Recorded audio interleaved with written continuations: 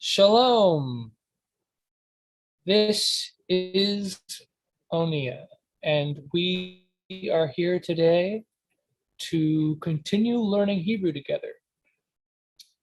And so, uh, before we get started, the people on our call like to start with prayer, so we're going to do that. Now, Steve says Steve's usually the one who does it, but today he's asking if Melissa would like to open us in prayer. Melissa, are you open to doing that? Oh, I think you should do it. Me? Yes, please. No, I'm not going to do it. Well, how about if we just do the Lord's Prayer? Do you want me to do the Lord's Prayer? Just pray for the meeting to be I want to pray like we're told to do, okay? All right, whatever you want to do. Okay. Our Father, who art in heaven, hallowed be thy name.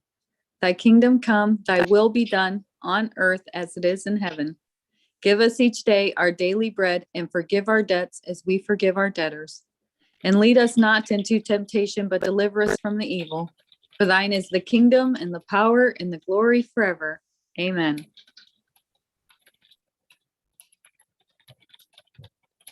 Thank you for praying. I made a silly comment in the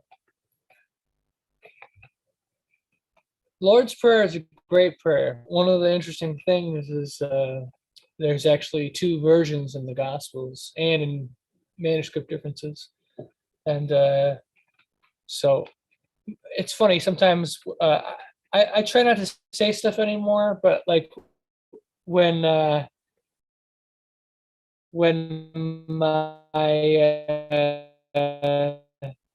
dad sometimes would make a few comments. My dad didn't like that because, he felt I was being too critical of prayer is prayer type of thing. But I have always found it strange how, well, not always, but for the last year or so, how the Lord's Prayer, it says, like, our Father in heaven. And what's interesting is that the Gospel of Matthew consistently adds in heaven when it mentions Father in a way that the other Gospels don't do nearly as much. And Gospel of Luke, for example, in the earlier manuscripts, it doesn't have in heaven. So it actually appears that some scribes added the words in heaven to as like a clarification for readers. We're not praying to our Father, we're praying to the Father in heaven. But obviously, the Father knows that we're praying to him. So we don't have to tell him who he is. We don't have to say Father in heaven. All we have to do is say Father. We address him as Father, and it's simple as that. But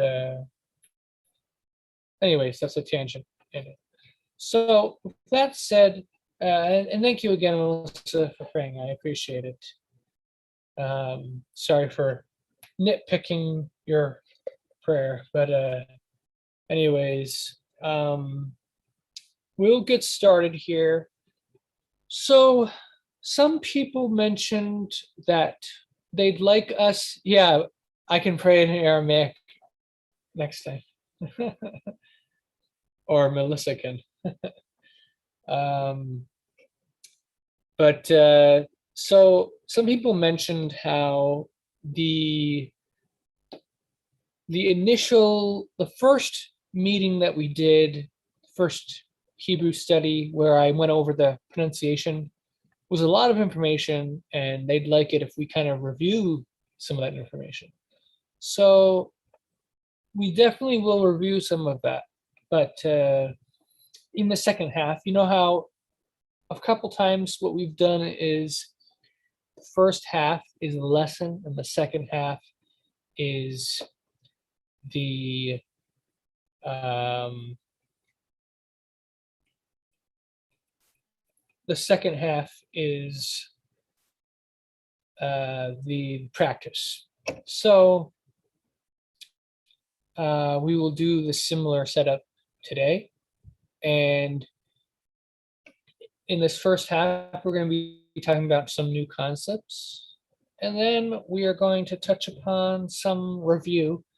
But I think what we're going to focus on is vowels, because if we focus on vowels, that will allow you guys to practice in your own time. It's much easier to practice because it's also fewer letters that you have to remember.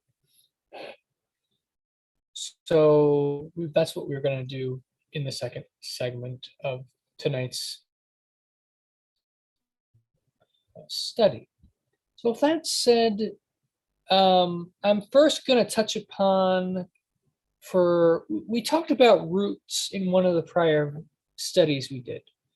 And so it's important to understand that the way roots work in Hebrew is that it originates to a verbal idea. The verb one sec.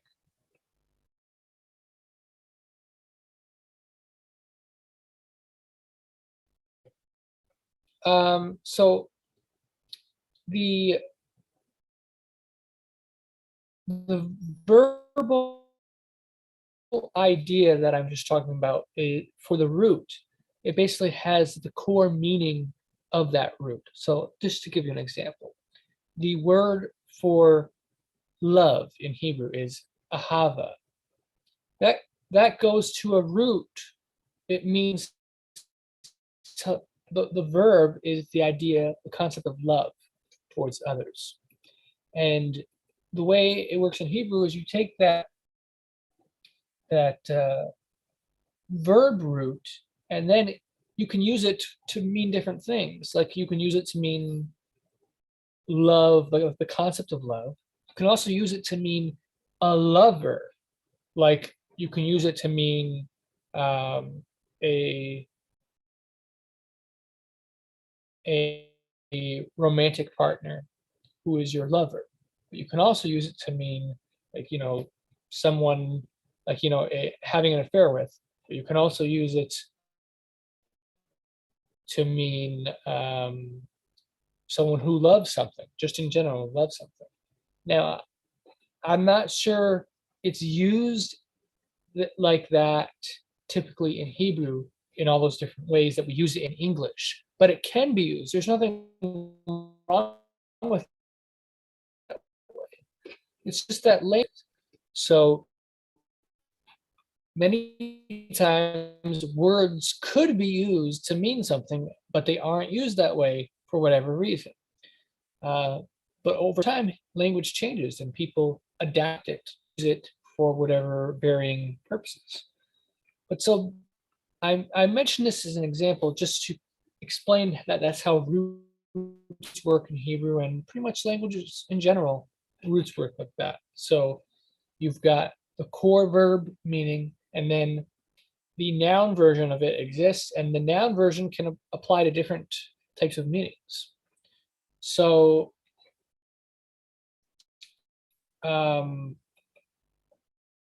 also, what's interesting is there's most roots in Hebrew go to 3-letter roots. However, there's a good number of them that go to 2-letter roots. And those who observe that question why that is. And so some speculate that originally Hebrew was always 2 consonants for the root, and it became 3 later on. Just so you guys know, it says my internet connection is unstable, so hopefully I don't get kicked off. But sometimes that happens, like the internet is weak for a little bit and then it comes back strong. So hopefully that's all that it is. But so normally, like I said, it's 3 letters for a root in Hebrew. It's 2. So scholars debate roots were originally 2, and then they 2 letters, and then they expanded into 3 at a later date. And as evidence for that, there are a few there are several words which um, all have the same 2 letters in it, and they all have a very similar meaning. So scholars may point to this as evidence for that.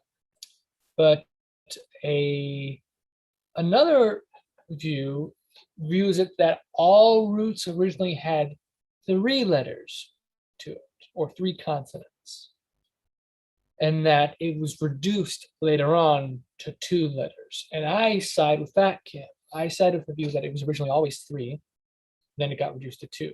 Some believe that it was both 3 and 2, and that it wasn't one or the other. But I go with the view that originally. So to support that view, there are certain, like, every change to a 3-letter root and how that works, or every root that letter word, and how that works. So I can't think of an example off the top of my head, but basically the way it would work is, um, let's say, okay, so the word for father is ab,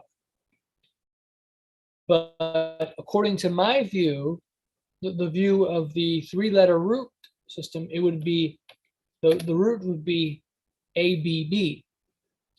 And so all verbs which are 2 letters can become 3 letters by the last letter doubling like that. So no matter what that second letter is, it can be doubled. You guys saying my audio is choppy?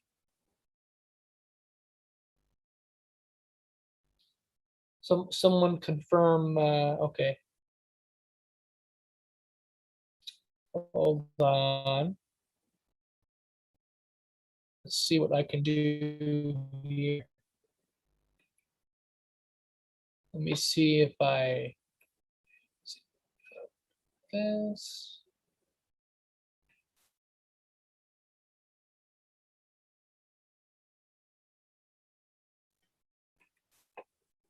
I'm exiting out of certain tabs. Hopefully that will help.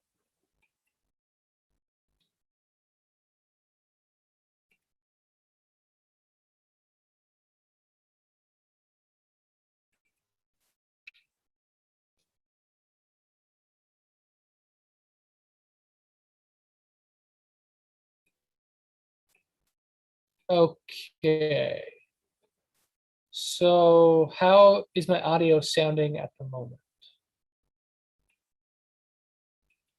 Is it sounding okay?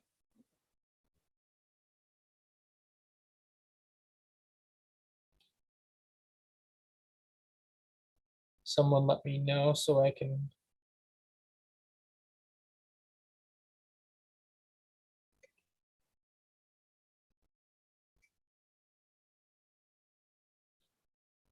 Because I don't want to do this if people. I mean, I'm gonna keep doing this, but I mean, I want to make sure that I don't continue until people can hear me fine. Okay. So in terms of the audio, it just sounds bad, or I like freeze and like you can't hear.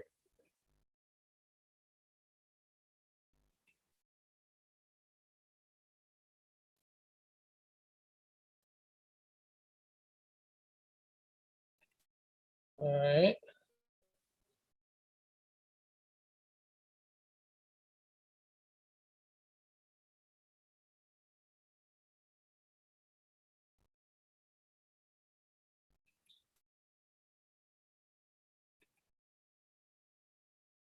long sounds?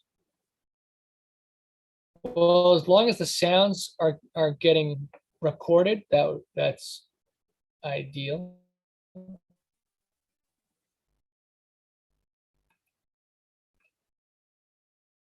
Okay, so I closed out of practically everything now. So can you guys say if it's better?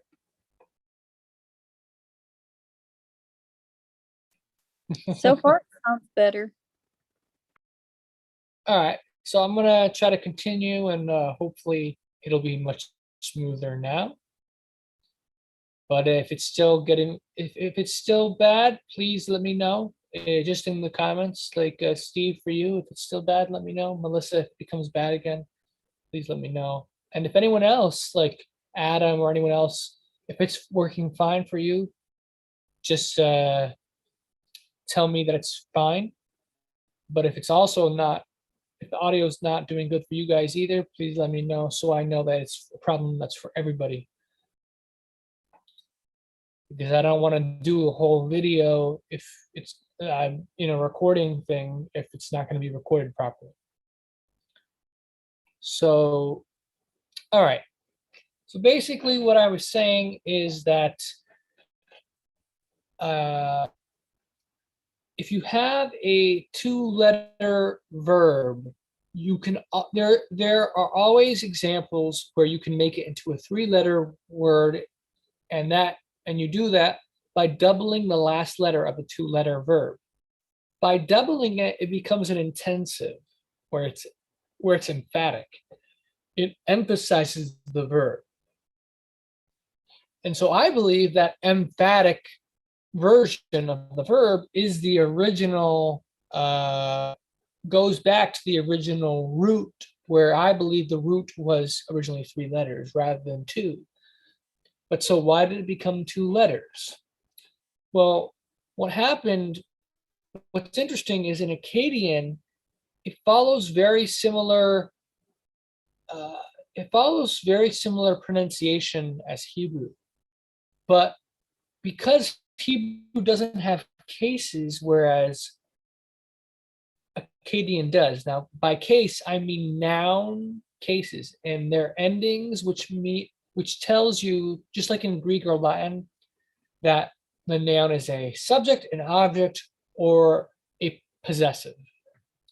So those endings exist in Akkadian, which is the original Hebrew. But Hebrew, as we know, the biblical Hebrew does not have cases. So because of the loss of cases, it changes how things are pronounced.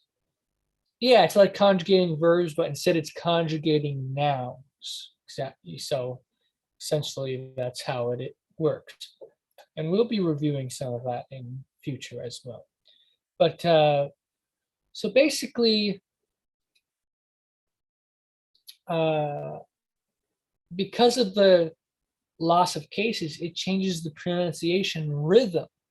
But the rhythm rules for Akkadian and Hebrew are very similar.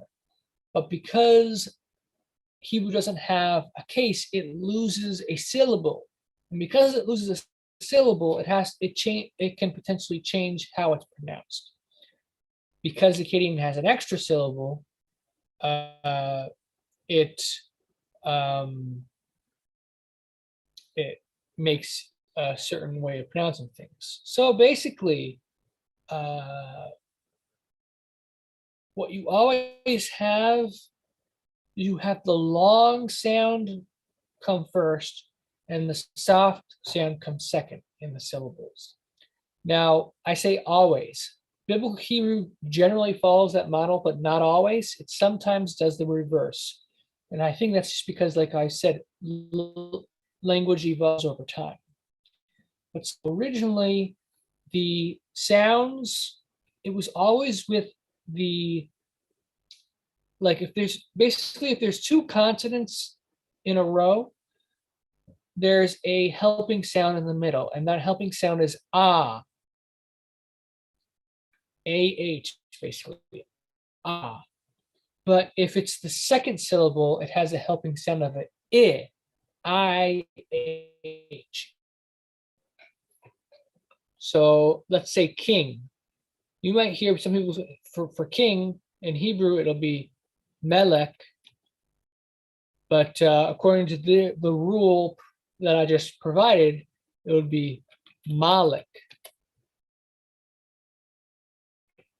because the ah comes first and the I comes second. Now notice the ah is a strong sound that you can't really miss. Ah, but I is soft, and if you say it quickly, it can become lost. Malik. So when you have, let's say, ABB, what basically happens is you would say Abib, Abib, but because the second part is soft and you say it fast, over time, the speakers of Akkadian decided that it was easier to say it if you simply combined the letters into a single sound. So instead of Abib, it was Abib, and then became Ab. So so in English, for example, you can have like let's say the word loss, Loss, 2 letters. Why do we spell it with 2 letters? That's weird, right? Over time, if 2 letters come in a row, the sound gets combined into a single sound to make it easier to talk. Because people, when they're speaking language, they often invent ways to make it easier to speak, make it faster to say things. So because of this, it just started getting combined and started getting dropped. That's why you have in different languages like Akkadian and Hebrew, the loss of N between many words. The loss of N happens because it becomes a soft sound and it borders on silent, and then it becomes silent over time. And once it's silent,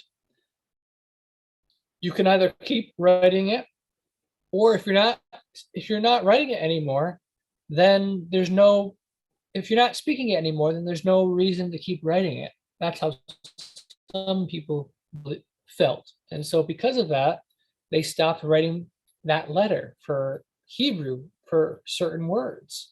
And the same thing happened for Akkadian, where we have clear examples where noon gets dropped in words in both the Hebrew and Akkadian. And we know the roots, and the roots have the noon in it. But then when you see it used in a pronunciation where the noon is followed by a consonant, the noon gets dropped. And noon is the equivalent of the letter N in Hebrew. So that whole thing explains why we would have these 2-letter words, because it simply gets reduced to ease speaking, to ease pronunciation. And so the way it worked for in Akkadian, you'd basically have ah sound followed by I, followed by ah again, ah, ah, because the final ah would basically be, well, it wasn't always ah the final one. Basically, the final syllable came after, and that was basically the case. So let's say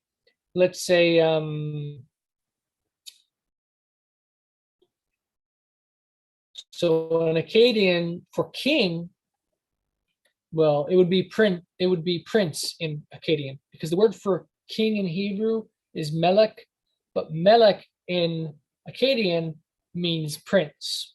So in Akkadian, melech would have the case ending, and it basically would be pronounced along the lines of this: Malachim, Malachim. So 3 syllables.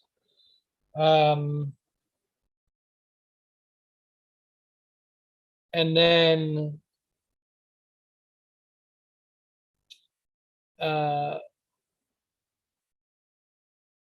if it's a verb, there's different conjugations for, like I mentioned, for conjugations. So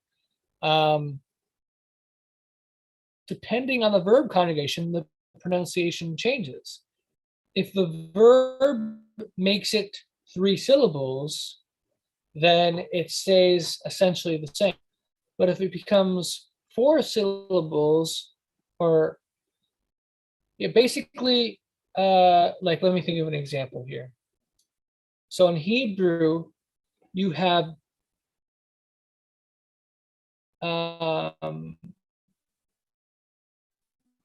I believe lamad means to learn.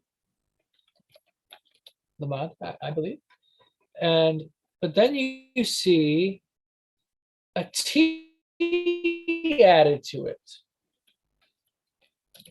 So basically the 3 consonants are LMD, with the A letters are added sounds.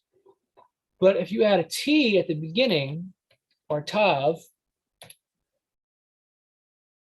now if you were to pronounce between every 2 consonants a syllable, you would have 3 syllables to it. But that doesn't work for a word. You're not supposed to have 3 syllables for the word itself. So what happens is it gets converted into 2 syllables. So instead of talamad, it would be Talmud. And that means disciple or student. And then plural is Talmudim. It's not Talimadim, because you're adding too many syllables. The way it works in both Hebrew and Akkadian is there's a preset number of syllables you're always supposed to say.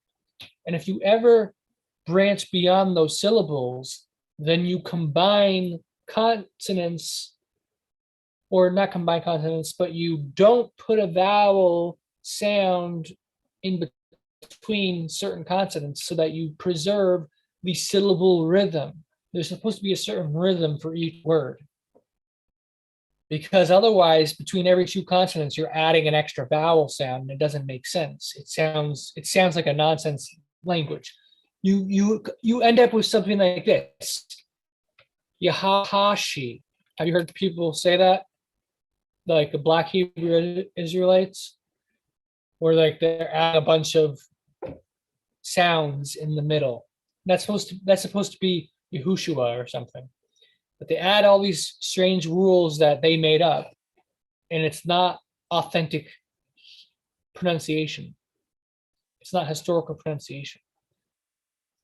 The basic rule is that the noun or verb itself is always supposed to have 2 syllables.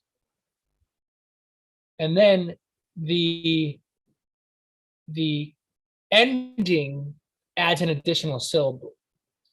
So in Akkadian, there's a special ending for singular verbs, or for singular nouns. In Hebrew, masculine nouns don't have the singular ending. But the original idea is that you'd have like the feminine is easier to do for Akkadian. So let's go with uh, queen, which would be princess in Akkadian. So you have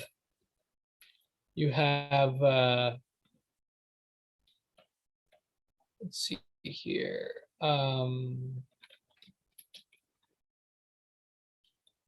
This means the subject. If the queen is the subject of a sentence or clause,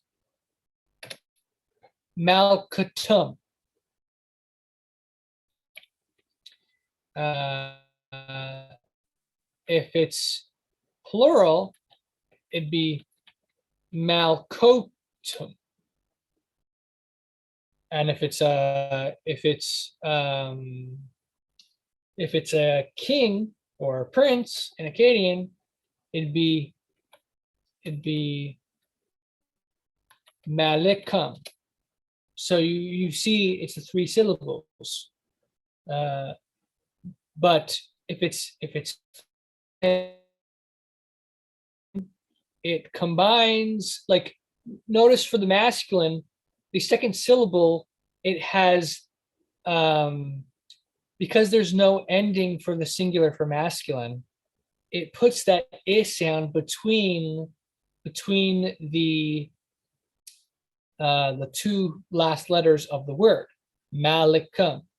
But because the feminine has an ending that signifies that it's feminine, you don't have the I sound between the 2 consonants. Instead, it's simply malkutum and malkotum.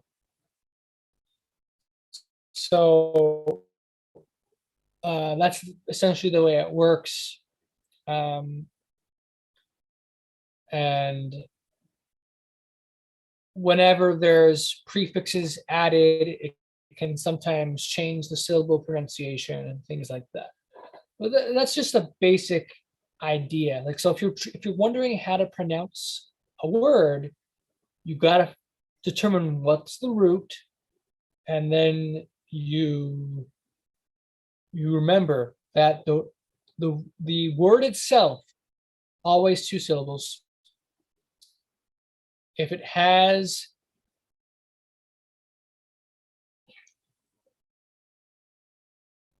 yeah, that's good, John. So I'm giving the English spelling. It'd be good if I put the Hebrew spelling with it. So I'll do that in a sec. But so, like I gave with the example of, all right, so let me do that now, actually. So basically, for the Talmud example that I mentioned, you've got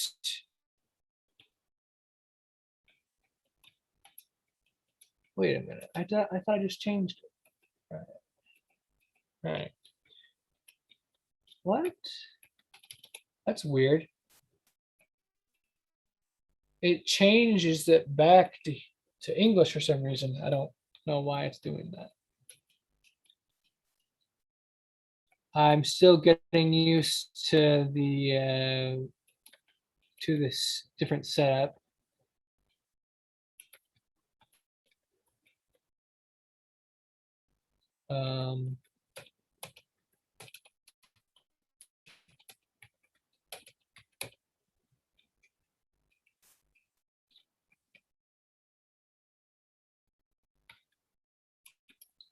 All right, so that is lamad and means to learn. But when you add a tav to it, it becomes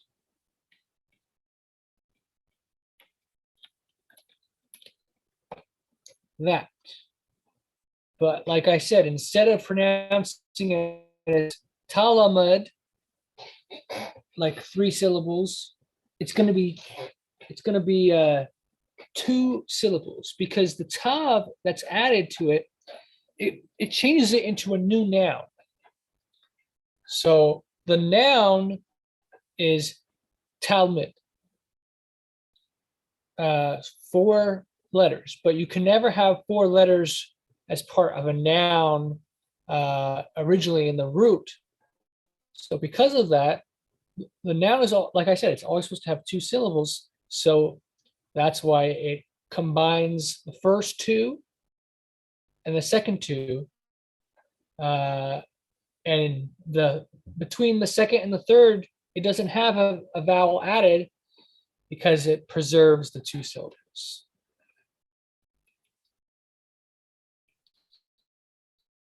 And you'll start to notice a lot of the Hebrew words where it does stuff like that.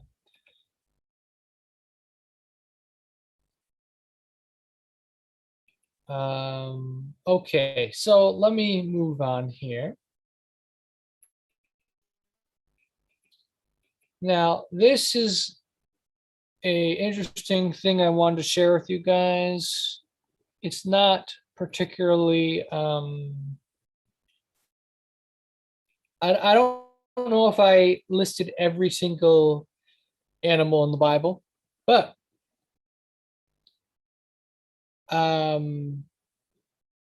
what's interesting is that according to a book that I once read, it's a comparison of Semitic languages and other African languages. And what they believe is that there are certain letters that can be added to words to make it into an animal. So this isn't grammar per se, this is more vocabulary, but I find it very interesting that we see such high degree of letters, specific letters for animals, almost suggesting that, you know how Adam named different animals according to the biblical account? Well, maybe there's something to it because it follows an interesting pattern for a lot of animals, not all of them, but a lot of them. So let me share the screen for you guys.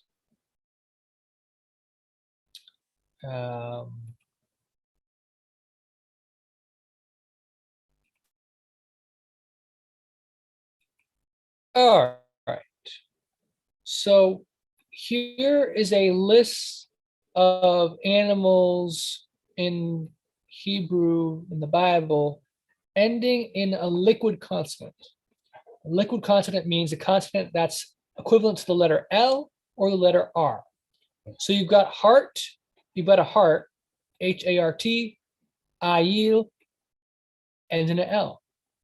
Camel or gamel, which means, so it means camel, and that's actually where we get the word camel from Arabic actually. So it ends in lamed. Fox ends in L, lamed. Young pigeon, and now some of the English translation might not be accurate, depending on some of these, perhaps, but most of them are accurate, but a few of them might be inaccurate. So just keep that in mind that the English translation is not necessarily 100%, but it's just to give you an idea that, wow, Hebrew is interesting in that it has the same letters for a lot of these type of animals. Okay, young pigeon, gazelle, snail, shablo. And notice, remember I said there's 4 letters, so it combines into make the way the syllables. Now, wa doesn't count because wa is like a helping vowel that's added sometimes. So wa doesn't count for the letter rule to forming syllables. But if you have 4 letters to a word, it's going to combine to make 2 syllables rather than 3. So shablo, and then Lilith, again, it ends in a L. You could argue it ends in a T or tav, but I would say it ends in an L. Now worm, tola, again, you could argue it ends in an ayin, but it's very peculiar that it ends in a lamed right here. Beetle is harigo. Ant, namila, again, so it ends in a hay, but peculiar that the lamed is right there. A calf is a ugel. Young lion, kafir, so that's an R. A fatling is a Maria. So again, it does end in an aleph, but there's the R right there. Cow, Farah, and then a hey, but the R is right there. Leopard, Namer. Mouse, Ukbar. Lion, Ari, ends in an R right there, but there's a yod, but the R is right there. Ox, Bakr. Donkey, Hamor. Bee, Deborah. There's the R right before the hay. Young donkey, the Gair. Turtle dove, Tur. A mole is Hafer. Partridge, Kara. It's Seder is probably a bad translation, but Sawyer, ox, shore, fallow deer, Yamor, Kamois, whatever that is, Zamur, swine, Hazir, eagle is Nasher.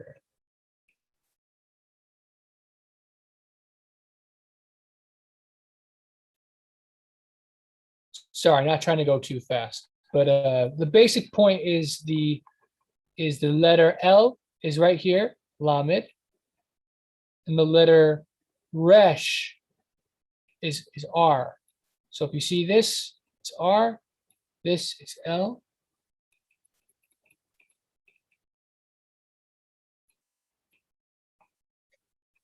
But so you'll notice that each of these has L all the way down to here, and then these have R all the way down. Also, what's interesting is that in Akkadian, the letter for both pay and bet is the same letter. So PB and FV was combined into a single letter or series of letters for Akkadian. So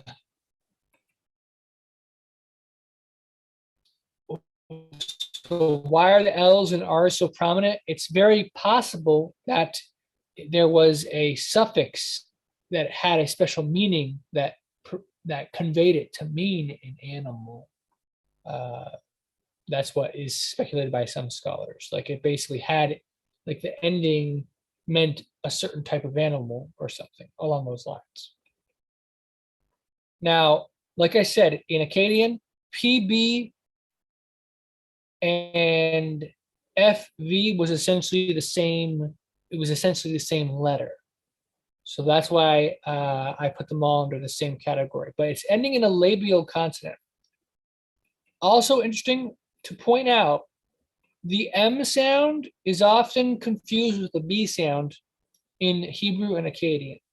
So occasionally, some letters in Hebrew and Akkadian, where it's M in one, it's P or B in the other, and vice versa. So, as an example,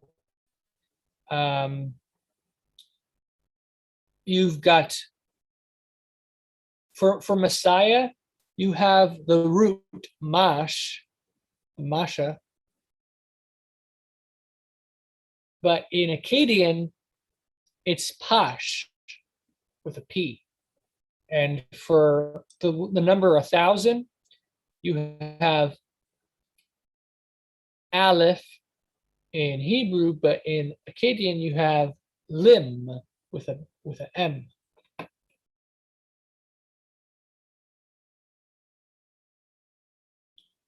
Yeah, it's interesting that some Asian races switch the pronunciation of L and R. So Nimrod? Well, the Septuagint spells it as Nebrod with a B.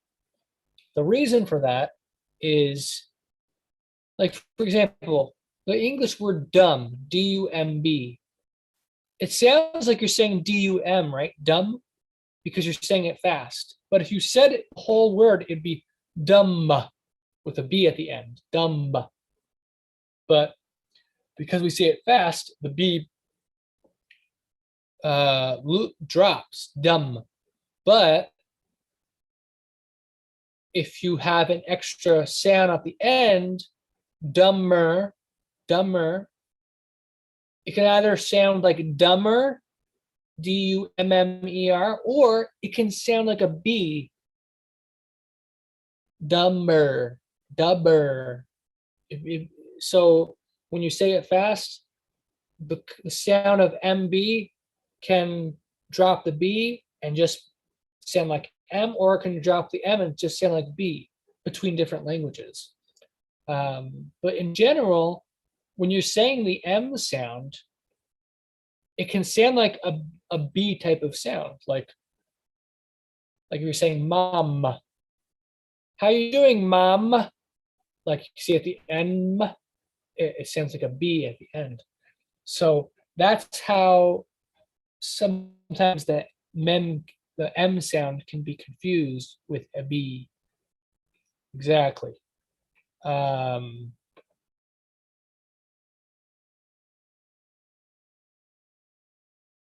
What are you saying, Steve, about a K?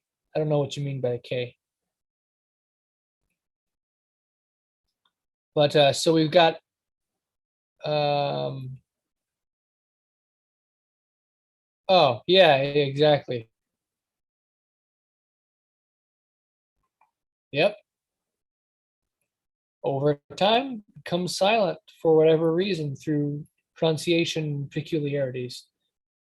So cacao is shahep,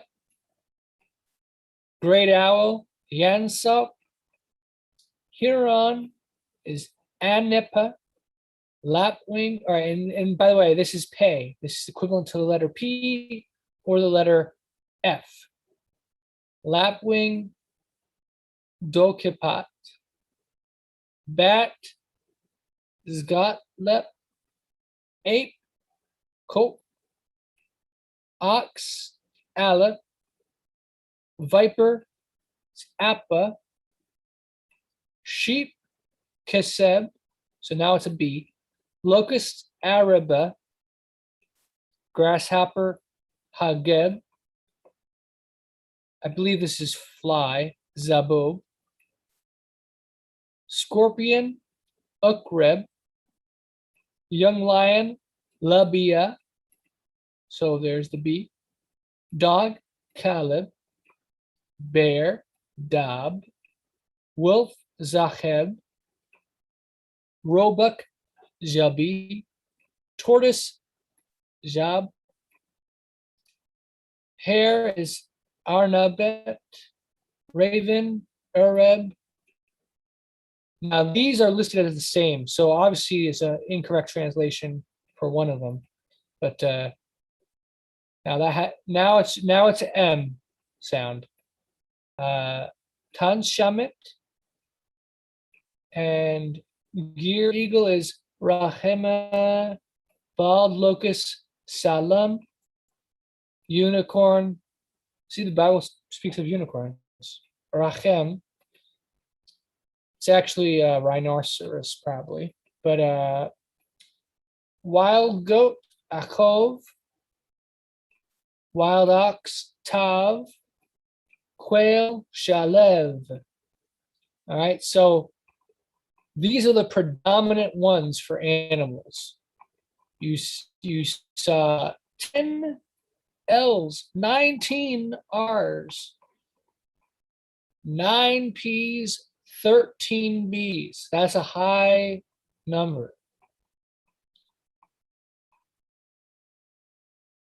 Now, N, there's somewhat high for N as well.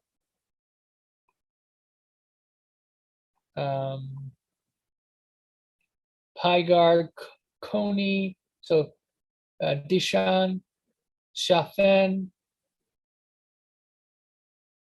Bationa, and some of these pronunciations that I write down here might not be 100% accurate. I wrote this document earlier in the year. Osprey, Onieh, Asp, Fathin, Cockatrice, Japhoni, Dove is Yona, just like Jonah. Lice is Khan, Leviathan. Whoops, wrong letter there. Sea monster, Tanin, ostrich, Yohien. And that's pretty much it. There's some other animals, but Onieh, can I ask you a question? yeah. Yeah. I don't know if you guys feel because it's very native from English. English is very Anglicized. So there's for example, if you compare English with Spanish, Spanish equivalent, also with Latin, they're more original to the sound and more dry. They don't have those Anglicized sounds that English has. For example, English you use a lot of accents as well, but what English speakers used to put the accent on. For example, young pigeon, let's say, we're used to say open, right? Open, open. But if you use it like more in Latin sound or in Spanish sound, it's more original to you don't play with the O and you say open. For example, young pigeon, we would used to say it with the sound of English gozelle, right? Because we're accustomed to that, or we're used to that. But if you want to like say it more original to the sound, it will be something like gozelle. Uh, do you follow me? What I'm saying? There's accents depending on what the language is, but I wouldn't say necessarily that Spanish is the key to how Hebrew was pronounced. But certainly, Hebrew wasn't pronounced as English, the way English speak. Because I'm saying that the English accent is tempering the Hebrew sound. But we have to determine what the Hebrew sound is. So that's what we're trying to learn. And I'm not fluent in pronunciation, but but at least am I correct, right, on that point? Yeah, I would say so, but I would say that it's unlikely to be similar to Spanish because Spanish is very different from Latin, and Latin is the origin of Spanish. Because you know how Latin evolved over time, became the Romance languages, and each Romance language is a descendant of Latin, but they pronounce it very differently, and it sounds different. But I'm talking about the sound. I'm not talking about the structure. For example, and with English accent, we would say Lilith, right? Because of the e that sounds like ei, Lilith. But if we respect like the dry sound without putting any accents, like in Spanish or in Latin, we would say Lilith, or Lilith. If you want to put an accent on the last syllable, Lilith. Without Lilith, without that English vibe. Uh, and I got that from the name of God. That in English, with the English accent, we would say it Yahweh, Yahweh. But in reality, in Hebrew, it would have a syllable, an accent in the last syllable, ve. So it wouldn't be Yahweh, it would be Yahweh. You change it with the V, Jave, Jave, more drier than having that English vibe. So I don't know the correct way, like correct accents and things like that. There's a bunch of rules and different theories on original accenting and things like that. So that's stuff we're going to be looking at. But Does it I don't think that does change a lot from changes, right? Like the original word. at the end of the day, so here's the thing. So there was different dialects in Hebrew in ancient times, just like there's different dialects of every language that exists today.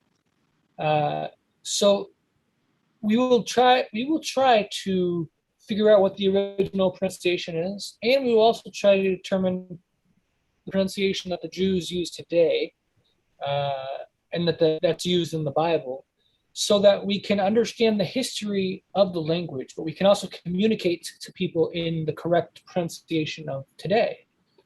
So, but at the end of the day, if your goal is to study scripture and read it, or even talk Hebrew one-on-one between you and friends who also know Hebrew, you don't need to get the accent correct because language evolves over time. But we do our best to try to get the accent correct. Um, so that's going to be something we'll be studying. So it's interesting what you're saying. Practically, Bible scholars, they're trained like to read and write, right? Because is practically this is lost in pronunciation.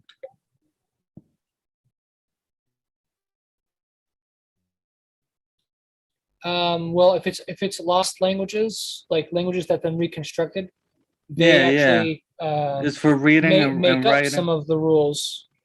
They try to reconstruct the rules based on their best estimated.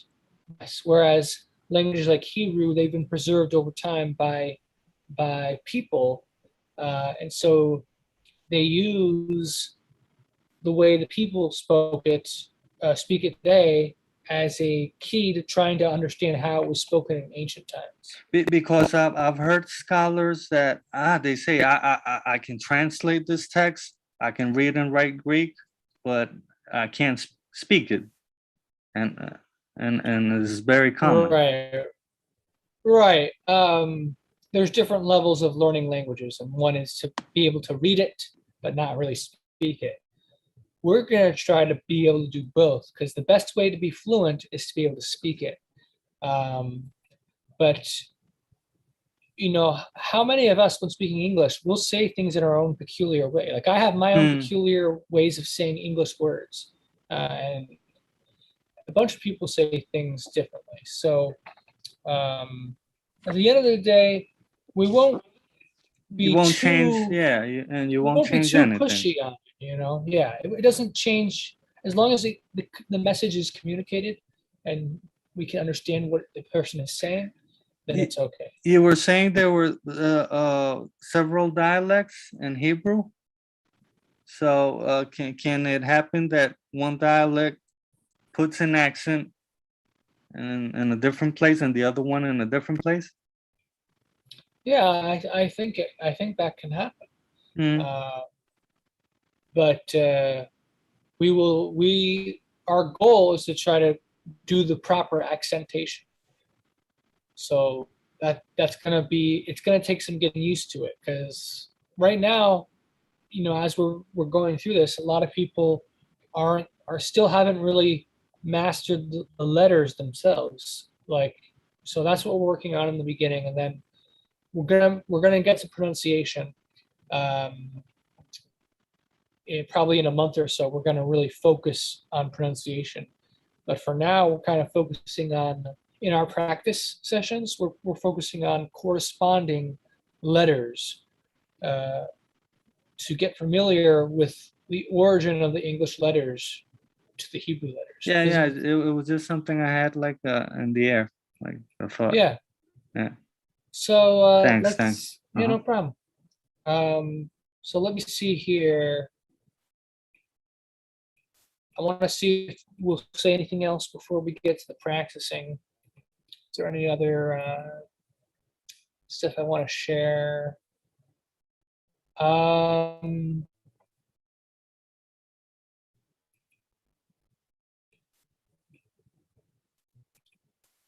There is something I would like to share, and that's some peculiarities of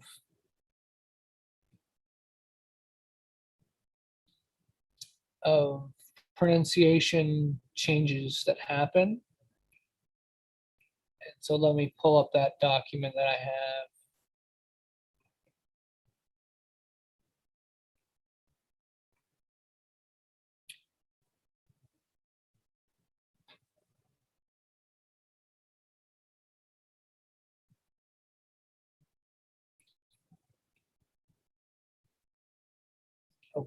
Okay.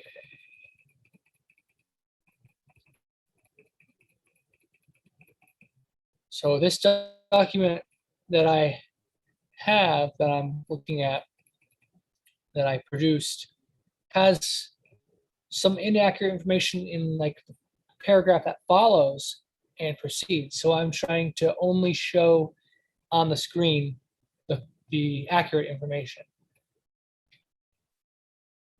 And this is a document that I made myself from my own research. Okay, so maybe what I'll do is just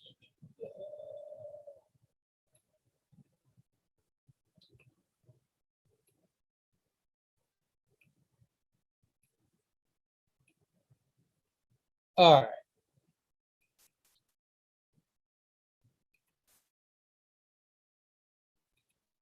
So the only thing with the animal list is the list isn't 100% finished in terms of all the animals. I haven't double checked to make sure all animals are on the list.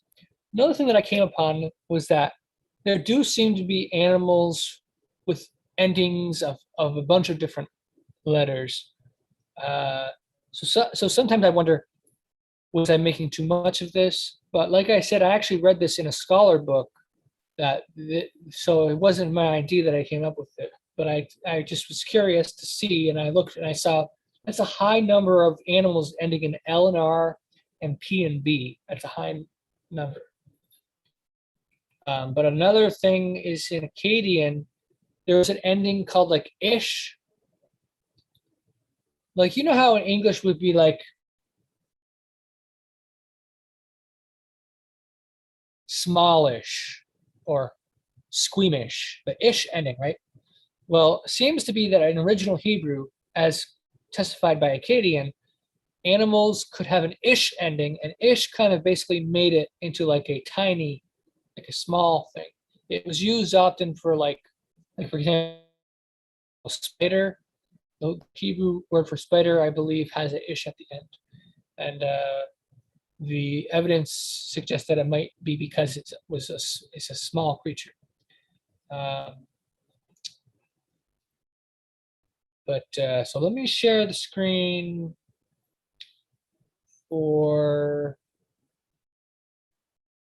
this document that I have. All right, so basically,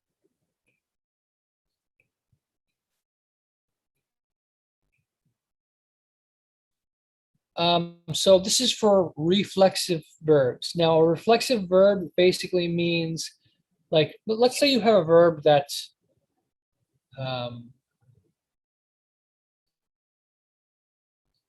let's say let me think of a good hug. Okay, let's say hug. All right. So we use the verb hug, and normally that's a regular verb that's being to someone else. But if you, in Hebrew, you can make it into a causative verb. Causative means you're causing someone else to hug someone. Like, for example, if you're at a family gathering and you want your kids to hug their aunt that they haven't seen in a long time, but they don't want to hug her, in Hebrew you'd say the parents caused them to hug the aunt, and the cause would have a special prefix to tell you that it was the parents causing them to do it. And cause is signified by a hey prefix. Hey is this letter, hold on, this letter right here, hey, corresponds to the letter E in English. So you add that. You also have passive. So if you're being hugged by someone else, you could say, you could phrase it that someone's hugging you, or you could have a special verb form where it basically means I got hugged, essentially. So you have a first person passive. Normally, if it doesn't have the passive prefix, it's I hugged, but if it has the passive prefix, it's I got hugged. And the passive prefix is the letter nun, corresponds to the letter N in English, and that's this letter right here, nun. But if it's a reflexive verb, that means you hugged yourself. That you add a hey and a t at the beginning, a tav. So you add hey and a tav at the beginning. However, for reflexive verbs, if a verb begins with a shin, and this is not something I make up, this is in the Bible, it's in the Dead Sea Scrolls, and it's in Akkadian that this thing happens. So if a verb begins with a shin or a samik, and it is a reflexive verb requiring less the reflexive prefix, instead of et being prefixed to the verb, as in, like, you would think normally you'd say hey tav shin or hey tav samik, but you don't do that. That's how you would think it's supposed to be according to regular rules, but instead the first letter hey would be prefixed, but the second letter would be transposed. Transposed means it's moved to a different place. It's transposed to follow immediately after. So instead it's hey shin tav and hey samik tav. So you would think it's the pronunciation would be ethch, like ethche or ethse, but instead it's esh or etchta and esta.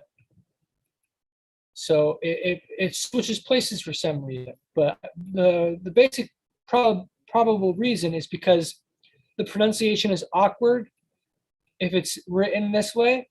So they flip the letters to make it easier to pronounce. And that happens in ancient Hebrew as well as in biblical Hebrew. And like I said, in Akkadian. Now, if a verb begins with a zayin, a z,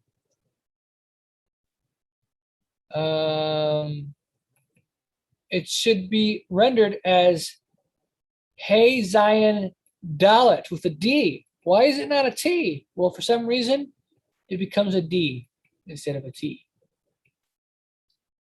As opposed to what you would think it would be, hey tav zayin, it's hey zayin dalet. Oops.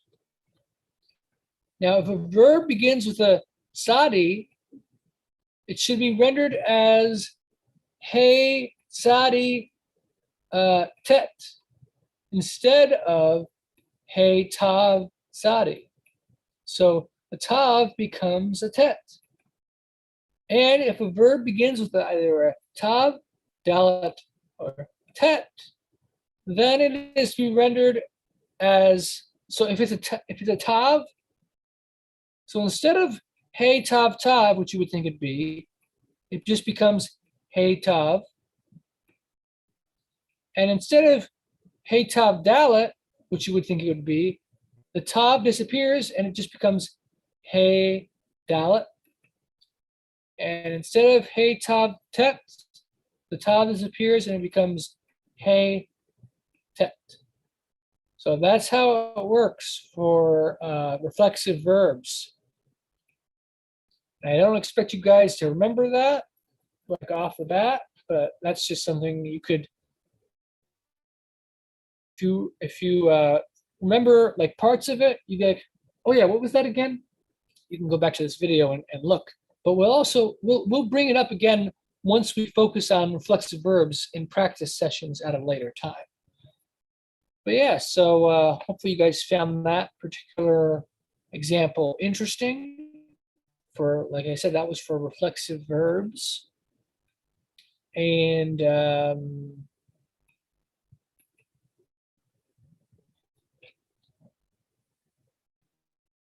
see here.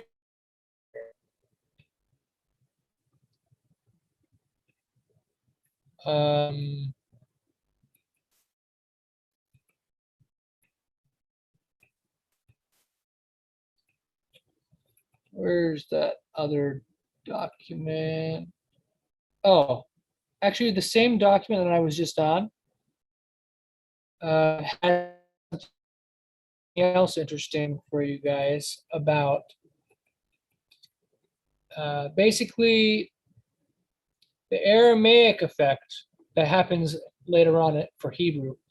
What happens is the letters change their sound over time.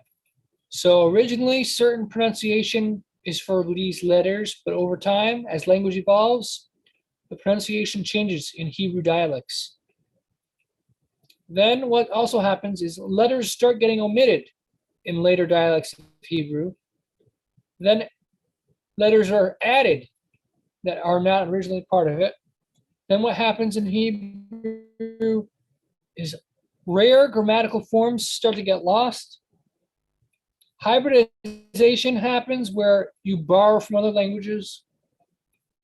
Like, for example, Hebrew in the Middle Ages, they borrowed from Latin words, just like English borrows words.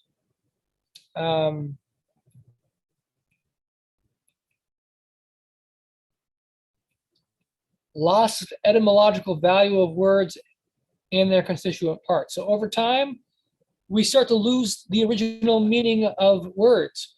It's so bad to the point where that there are words in Hebrew which the scholars and Jews don't know what the original etymology is because it got lost over time. So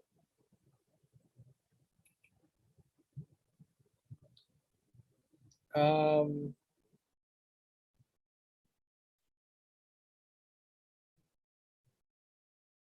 me see. There was another thing I was going to share with you guys. Where's my? All right, there it is.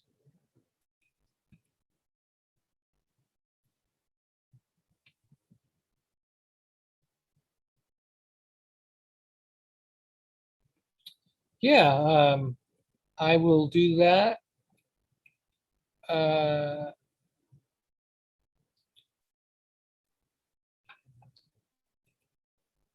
Not necessarily today, but I'll think about a way to do that. Yeah, that makes sense. Like associating the words with the sounds, but that's why I want to do that next. That's why I want to do that next month when we're focusing on pronunciation. For the next couple of weeks, we'll be focusing on just the spelling, not the spelling, but the correspondence. So now this screen is just, I'm going to write on this document, but basically for those interested who are watching on YouTube, either recorded or live, going forward, you can join this link to participate in our Hebrew classes every Thursday, and we might also be doing it on Monday as well. 8:30 p.m. Eastern time. So depending on your time zone, it might actually be Friday, but we do this every week on Thursdays, and also we might be doing this on Mondays as well. So this is the link. So for those interested, you can join us at the same time next time. With that said, I want to share with you guys a few aspects of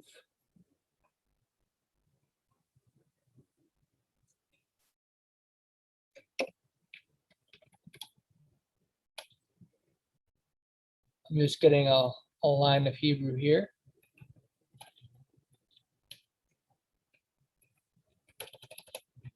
If you don't have it already, make sure you have a Hebrew font to practice with on your computer or phone. So let's say you have the word for house. I believe it's bayit.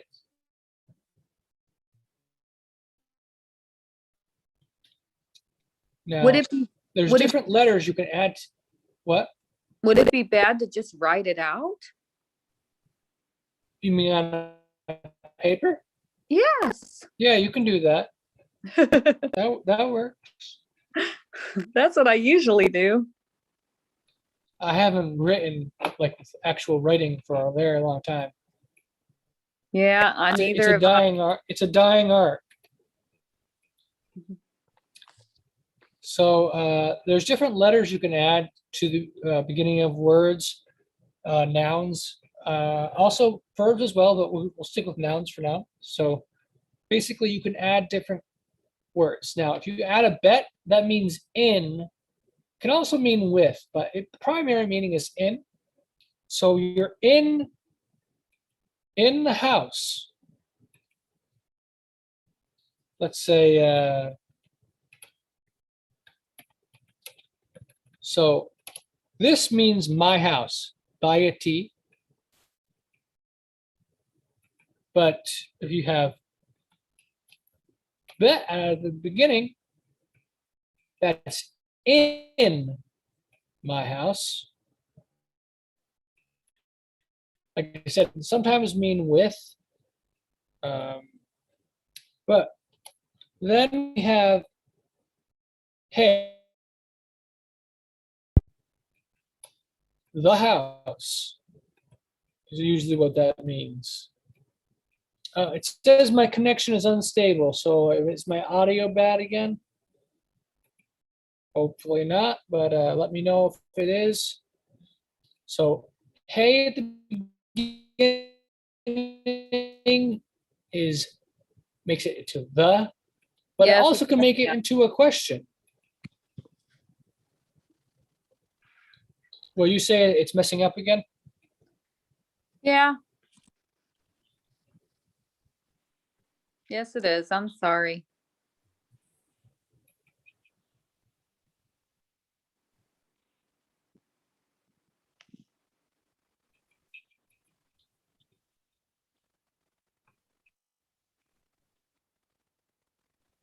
Well, I will double check the recording later to see if it's okay or not.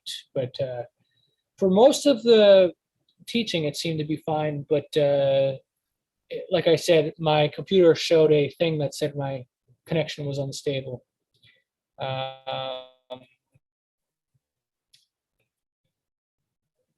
So, hey, like I said, means the, but it can also mean, it can make it into a question. So if it's like,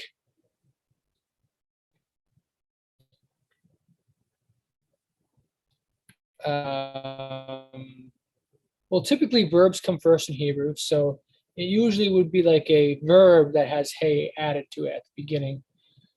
But yeah, so hey can sometimes have the meaning of a question. making it into a question. So it basically is like a question mark.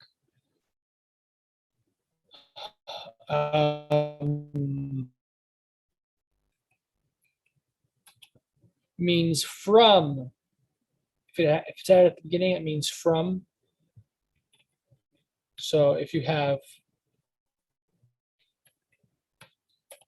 from my house, you will go from my house to yours. Be from. So mem is from. Bayit. And yod at the end is mine.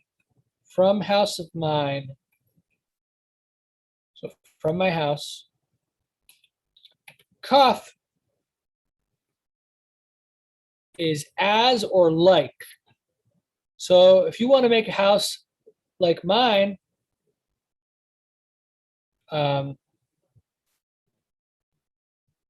your house is like my house. Kaf, that's equivalent to the letter K in English. And Lamed is to or for. Let's go to my house.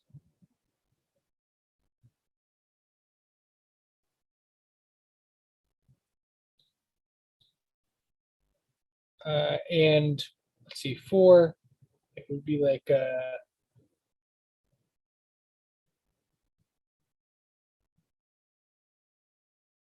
if you're saying that for you.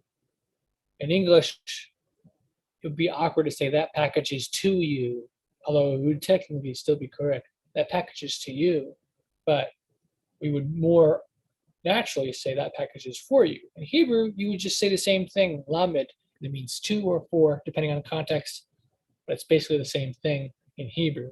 So to or for. And you know how in English, we for infinitives, we often say lamed, or excuse me, to. Well, in Hebrew, we use lamed often for infinitives as well. So like to be or not to be is a verb, infinitive verb. In Hebrew, you'll often see infinitives with lamed as well. So it means to. But it can mean like according to or belonging to, but it has that to meaning. And there's other letters that can be added to nouns. Aleph can be added to nouns, and yod can be added to nouns. Nun can be added to nouns, and shin can be added to nouns, and so can tav. And whenever they're added, they give a different meaning. Like, remember before we had the example of lamed, then you add t at the beginning, talmud. Well, that happens for other words too, where tav is added, and shin can be added, and you know those letters that I just went through. So with that said, I'd love to do a little bit of practice. We don't have too much practice time left, but we're going to practice a little bit, and we're going to focus on the vowels. And let me turn my video off, so we'll see if that helps at all or not. But basically, is there anyone today who would like to practice? Or if not, I'll do the practicing today as well. Any volunteers? You can speak up or type in the chat.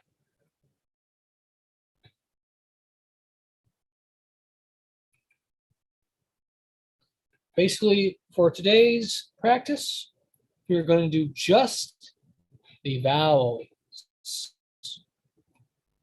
And we're going to go to Obadiah once again.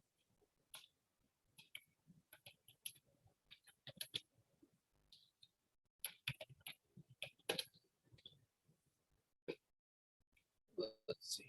Now we're doing something a little different, where we're going to go from the English into Hebrew rather than from Hebrew into English. And we're just doing transliteration, and we're not doing the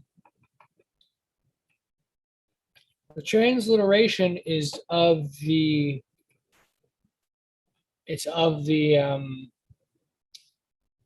correspondence and not the pronunciation. I want to emphasize that because the correspondence, like I mentioned before, doesn't always agree 100% with the pronunciation, because the alphabet occasionally corresponded the wrong put the wrong pronunciation to the wrong letter. So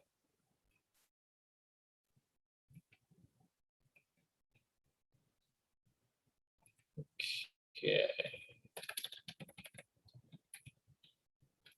I want to share the screen in just a second.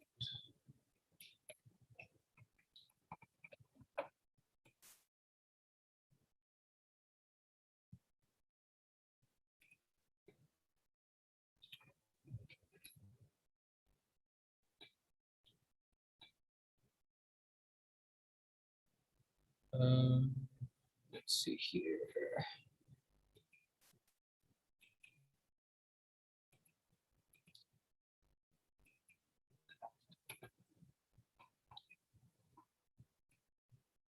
I'm just changing the, it double spaced it. So I'm going to change the double space to single space.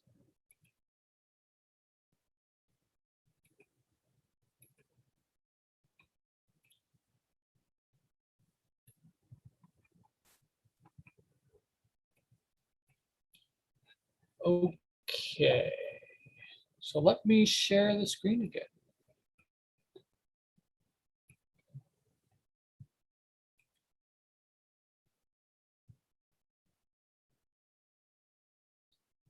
So, and before next week, I'd like to really focus on trying to do some reading in my grammar books to prepare for the next lesson for next Thursday.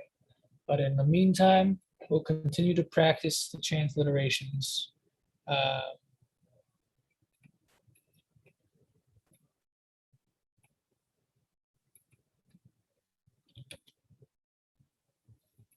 Let's see here.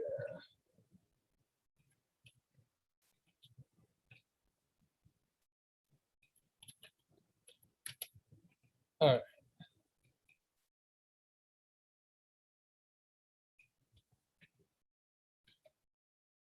So we will be working on these, only the vowels for you guys, because the vowels are the building blocks and they're the easiest for us to deal with. So hopefully that's by focusing on just those letters, that will help us to more easily learn the Hebrew letters. So A, E, I, O, U, that's all we're going to deal with today. So first, we're going to do hey, and that's every time we see an E, okay? So let's see, we might want to make this a little bit, what is it, 18 maybe? All right, so hey represents E. So whenever we see an E, that's where we're going to put it. Now I could just do E replaced with, but that's not gonna, that's just gonna basically, that would make it too quick and we wouldn't really learn, because, but by going through each letter, each instance of the letter, it's gonna sit with you guys more when you actually see us going through each instance of the letter. So that's E changed to hey. And that's because the fifth letter of the English alphabet, E, originates from the Greek alphabet letter eta, and the letter eta looks just like an E, and the letter comes from Paleo Hebrew, And in Paleo Hebrew, it looked just like an E, and it was the letter E. But it was not pronounced like E as in M-E, the English word me. It never had the E sound. It always had a S sound like egg.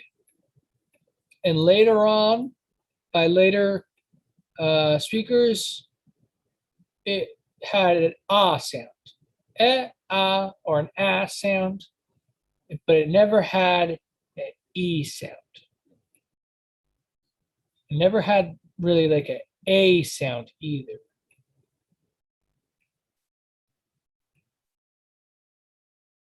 Okay, so again, place that. Here's another E. Edom. Now there's no capitals in Hebrew. Keep that in mind.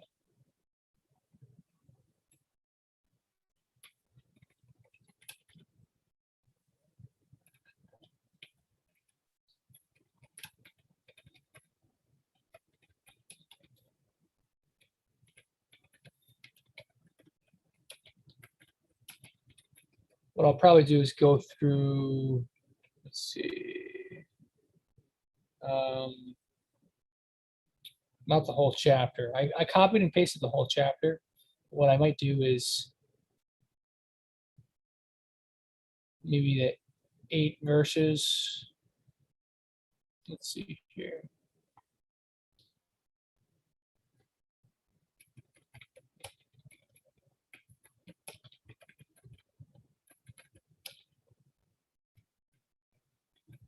Now this is in italics, so we're going to delete that.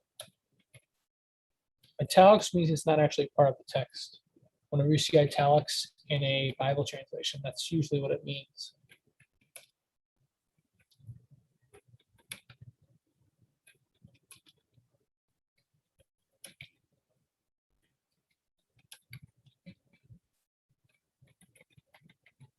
So in future, like, you know, when you guys are doing practicing, you could do this. It's not too hard.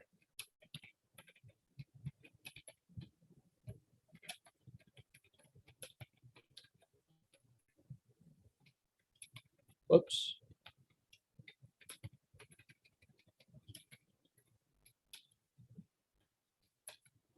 This is just to help us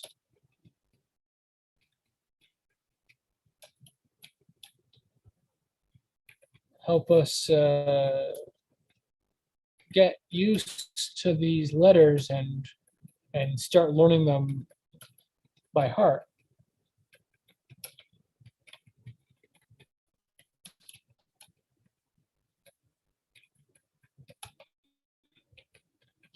And we can also change this up a little bit.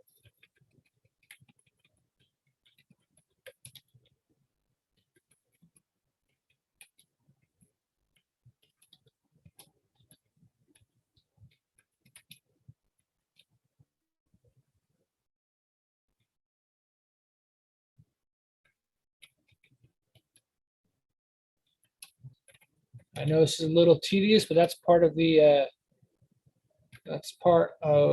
practicing. Is we're going slowly through this. Try to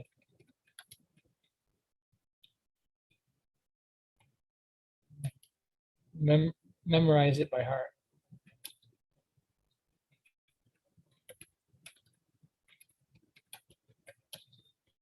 So only do one page.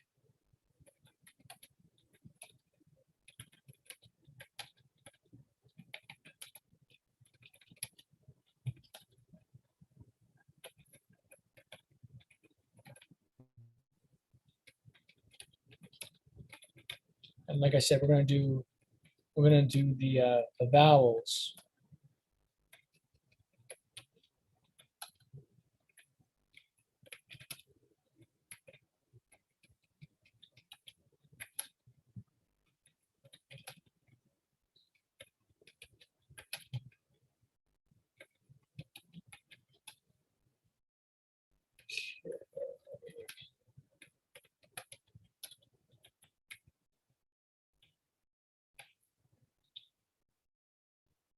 Yeah, so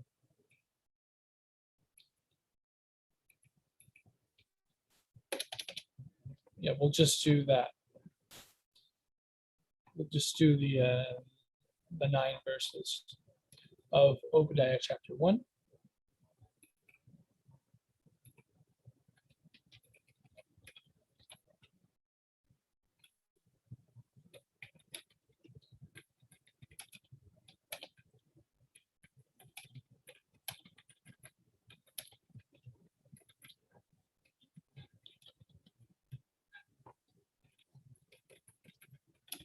So once I finish the E's, I'm gonna have you guys look it over and see if you can read it pretty easily.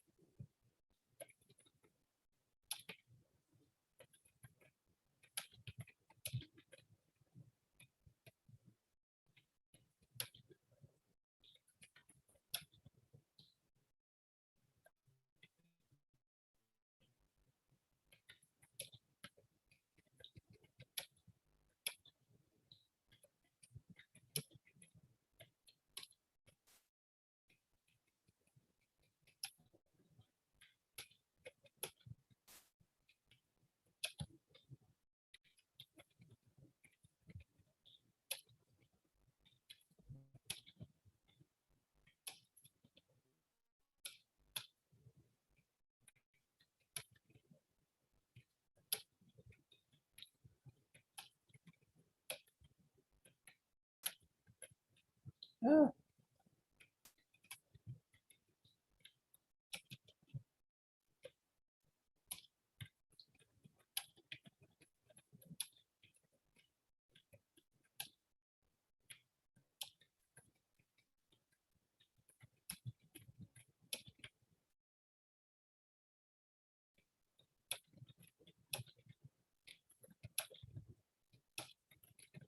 repetition is key for helping us become fluent.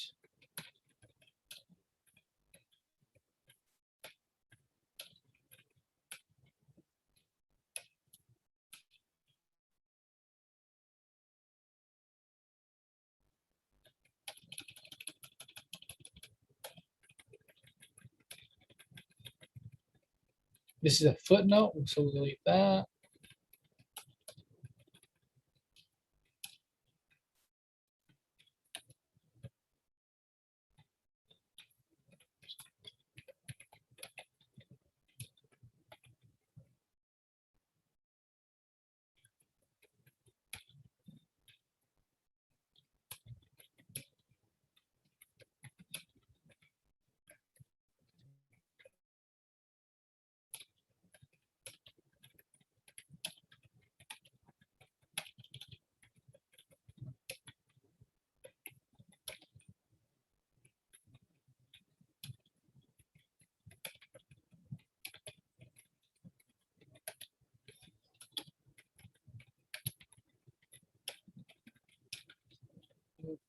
Okay.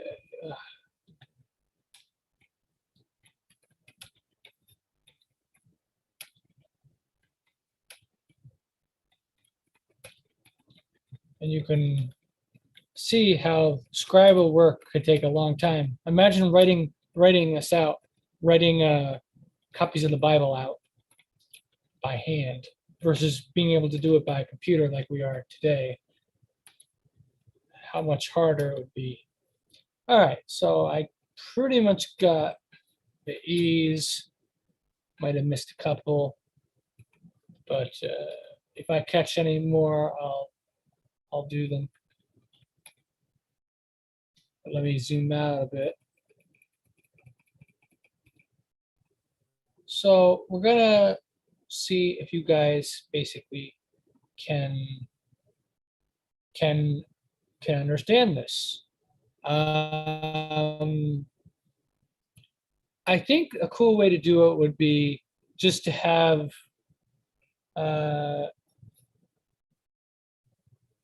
would someone if someone wants to could they read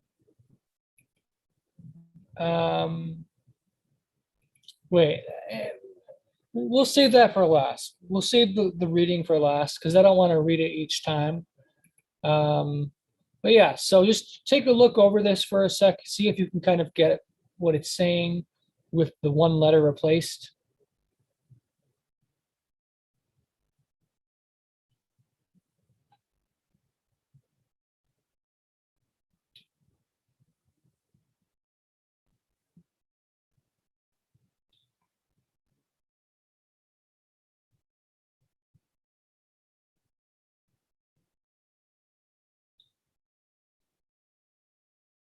Now we started around 8:40, so that's when we're gonna also roughly end around that time. But so I'm gonna start doing the same thing, but for the letter A now.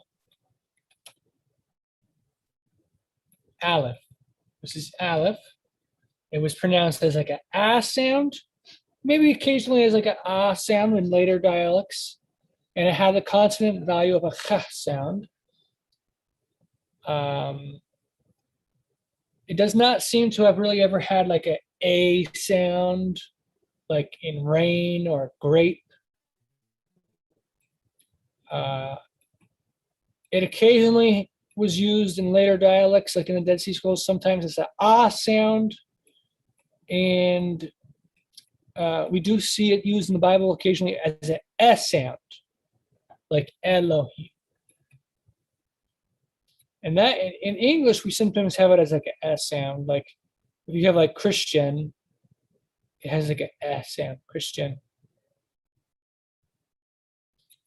All right, so start replacing the A's.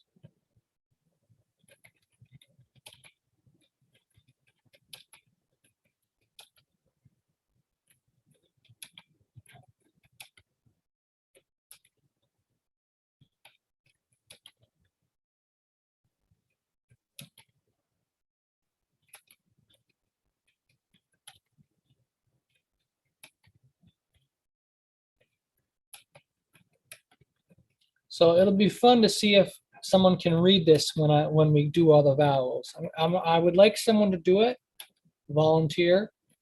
Would anyone like to do that when we do all the vowels? Read it out on the video. Any volunteers?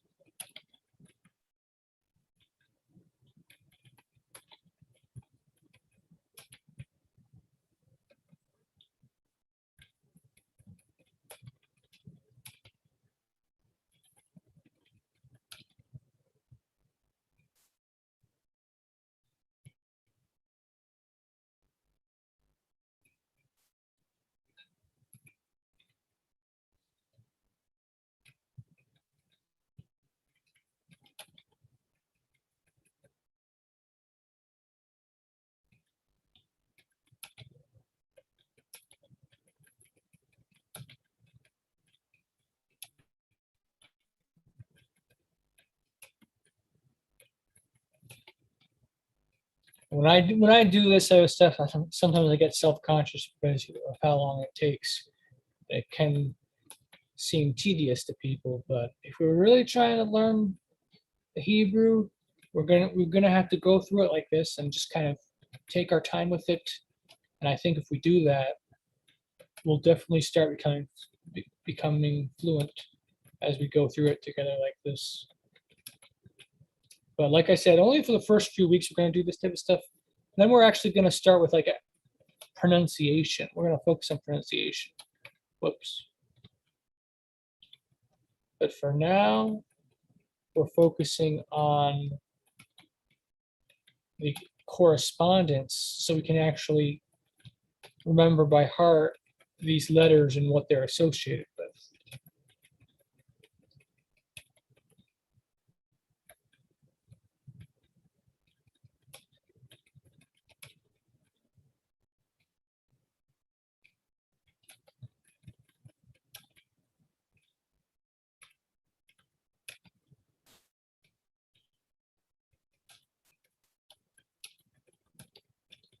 It's already starting to get hard to when more and more of these letters are starting to get more confusing.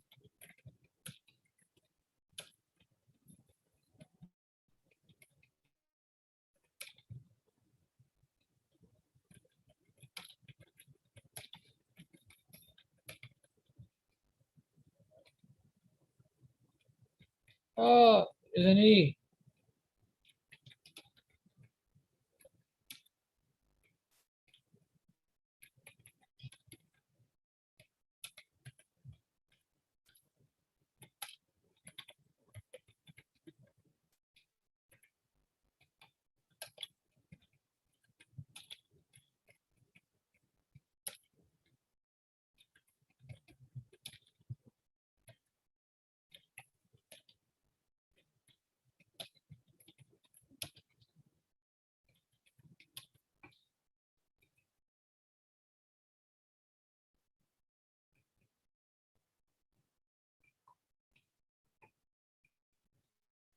Okay, and then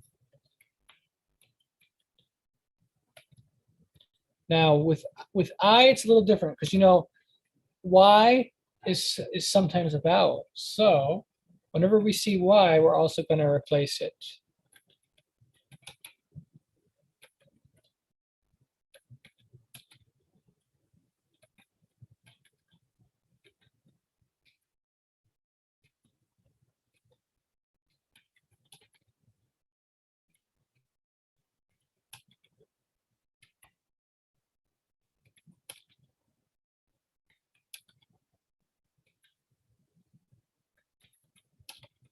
Imagine if we were doing the entire chapter, how long that would take.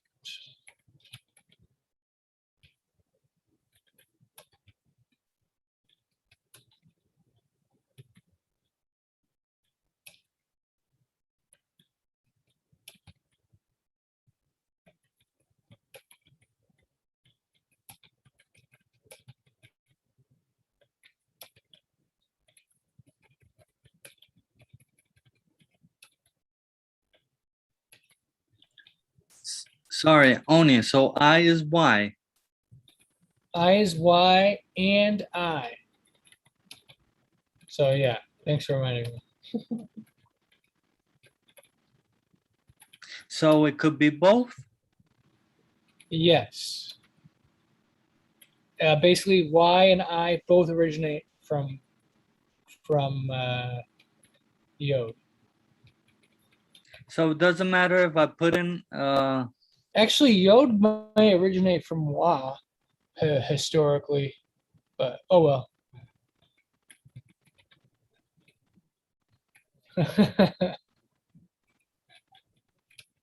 Thank you.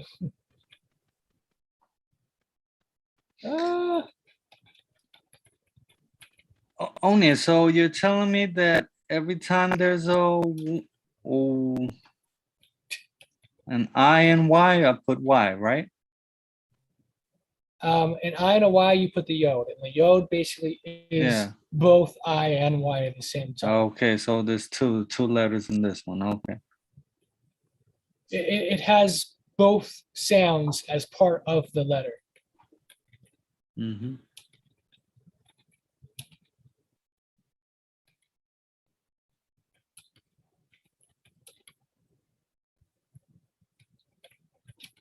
Now just imagine, how easy it can be for scribes to miss something when they're going through scripture. They could easily miss stuff.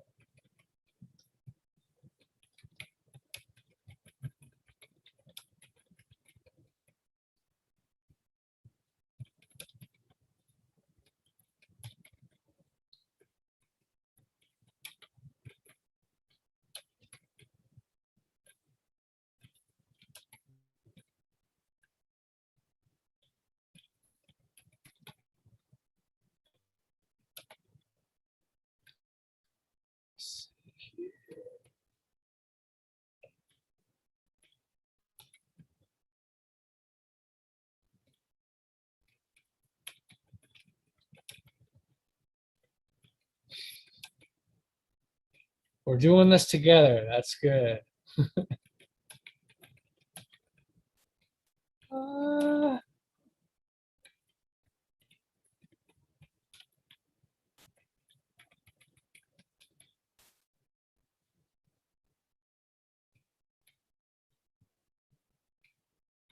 Well, now the reds are all over the place.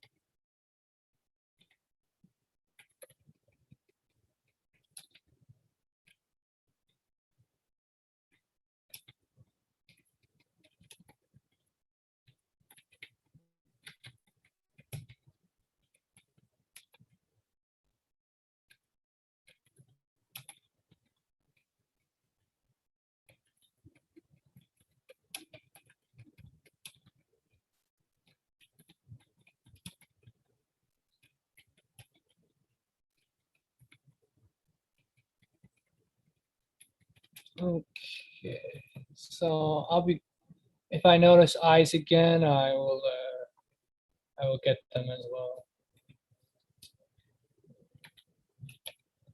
Now, the wa is both W and uh, and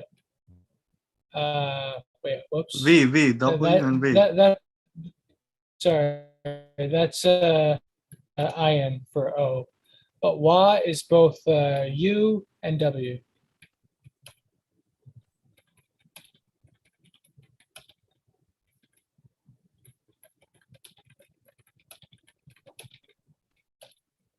Can you repeat that again, Onieh? Wa is U and W. It's both the consonant W and the vowel U, but IN is O. IN had the sound of as in onion and not O as in cold and hope.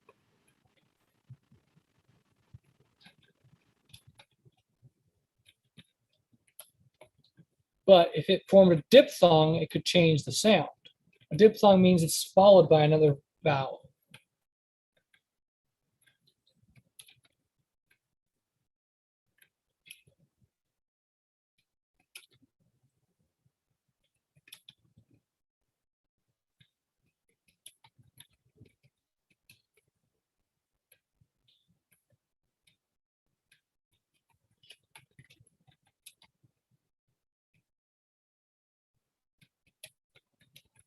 All right, so we're getting pretty close here.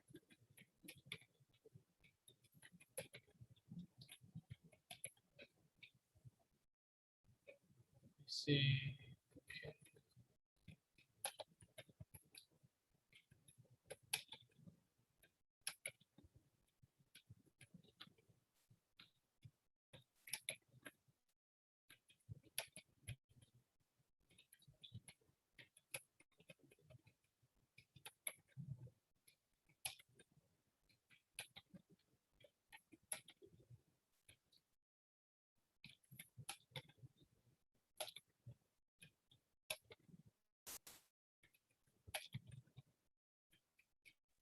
Now it's good that we're doing vowels rather than consonants because there's much more consonants than vowels in the sense of, or let me rephrase. The consonants are like the skeleton. So if you have the consonants, you don't actually even need the vowels to usually know what is being said. So like if you take an English sentence and take out all the vowels and don't even replace it, you can usually know what it's saying. Just because the context of the consonants is key enough.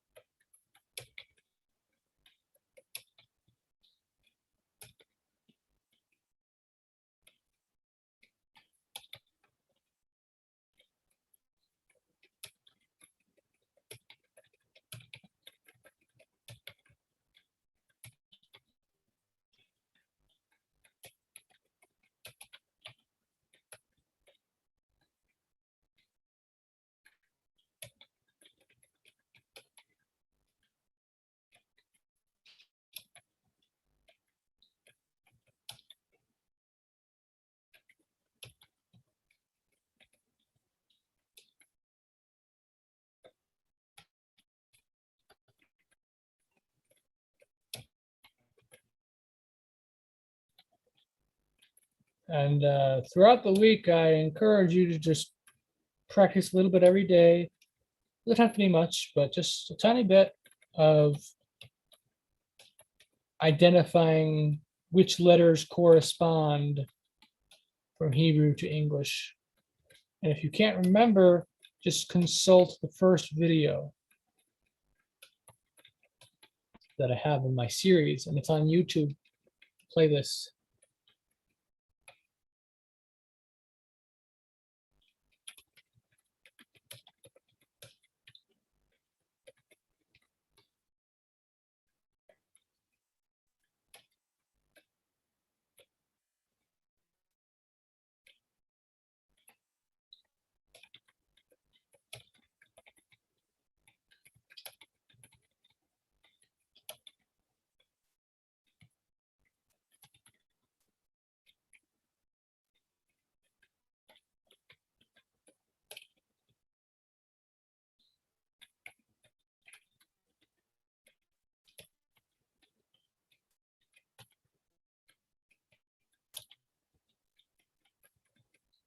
All right, let's see here.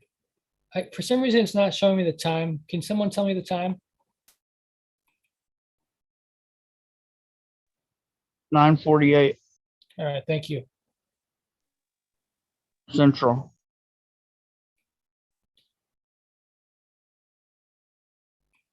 Yeah, we just lost an hour. No,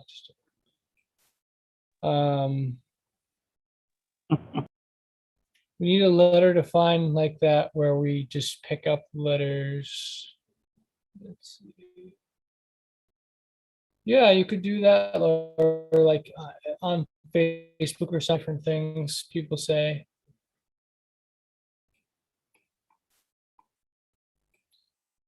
A suggestion was also doing one letter or two letters at a time rather than all the vowels. We can maybe do that next time.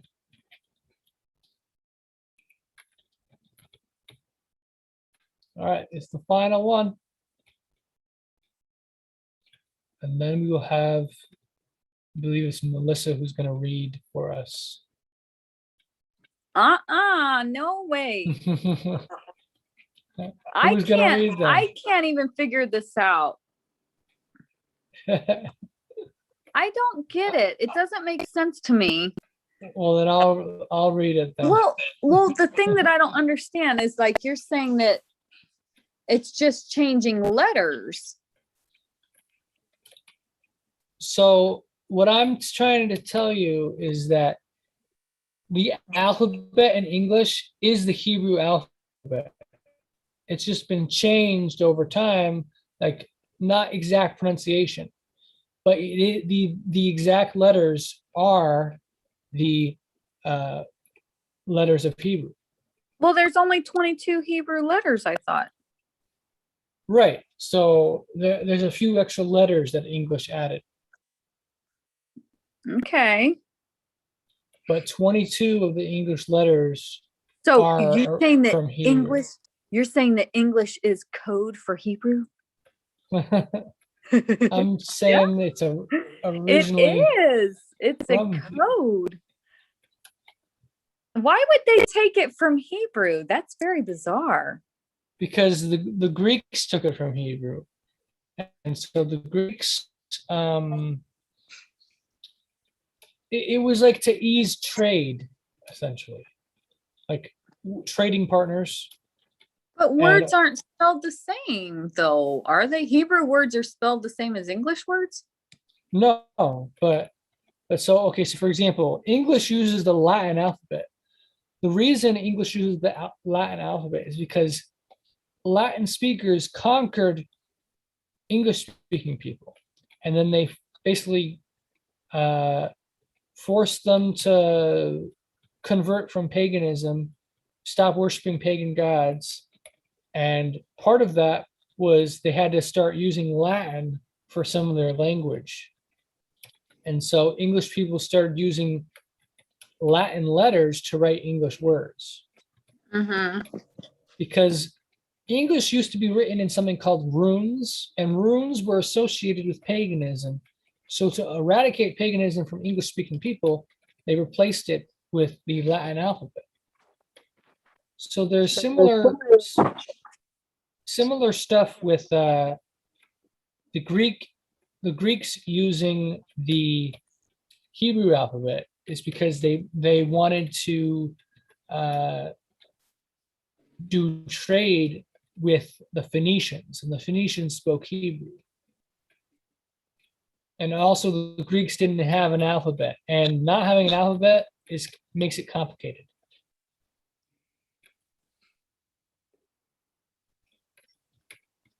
So they don't go in order?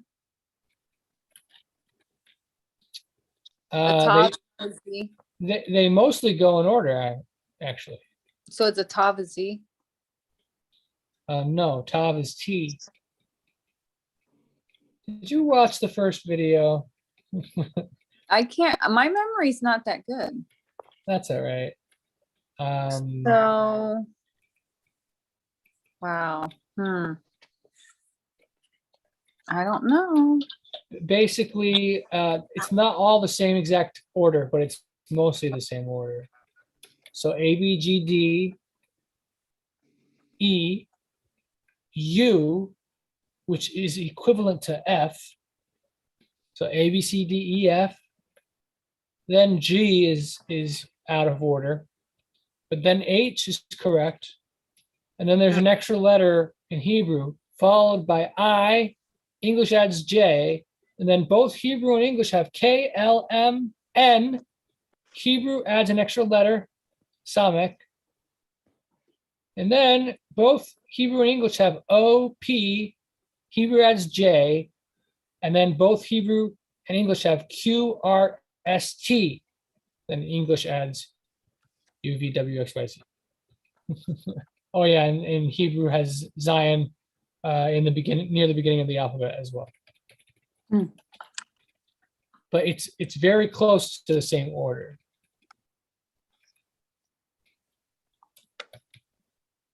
That's very interesting, Onieh. Yeah, it's pretty cool.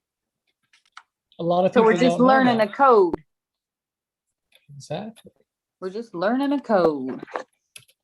But do the words then have a different definition? Well, it's not Hebrew words for English, you know. Okay. It's just spelling English words with Hebrew letters. Okay, so it don't really translate to each other? Yeah, they don't translate to each other, but it's simply borrowing from each other. That's craziness.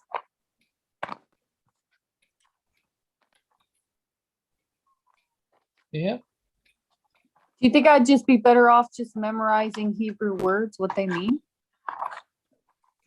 Well, what do you mean by memorizing? Well, you're wanting me to learn to actually read it, is what you're doing, which is great. You should learn to read it. That's our goal. But if you can't get to that point, that's okay. You know, whatever you're able to use it for your studies. But but the ideal we should all be striving for is to actually be able to read it. All right, finally finished. So that took forever. But so did anyone want to read it? If not, I will attempt to read it. It's going to be hard.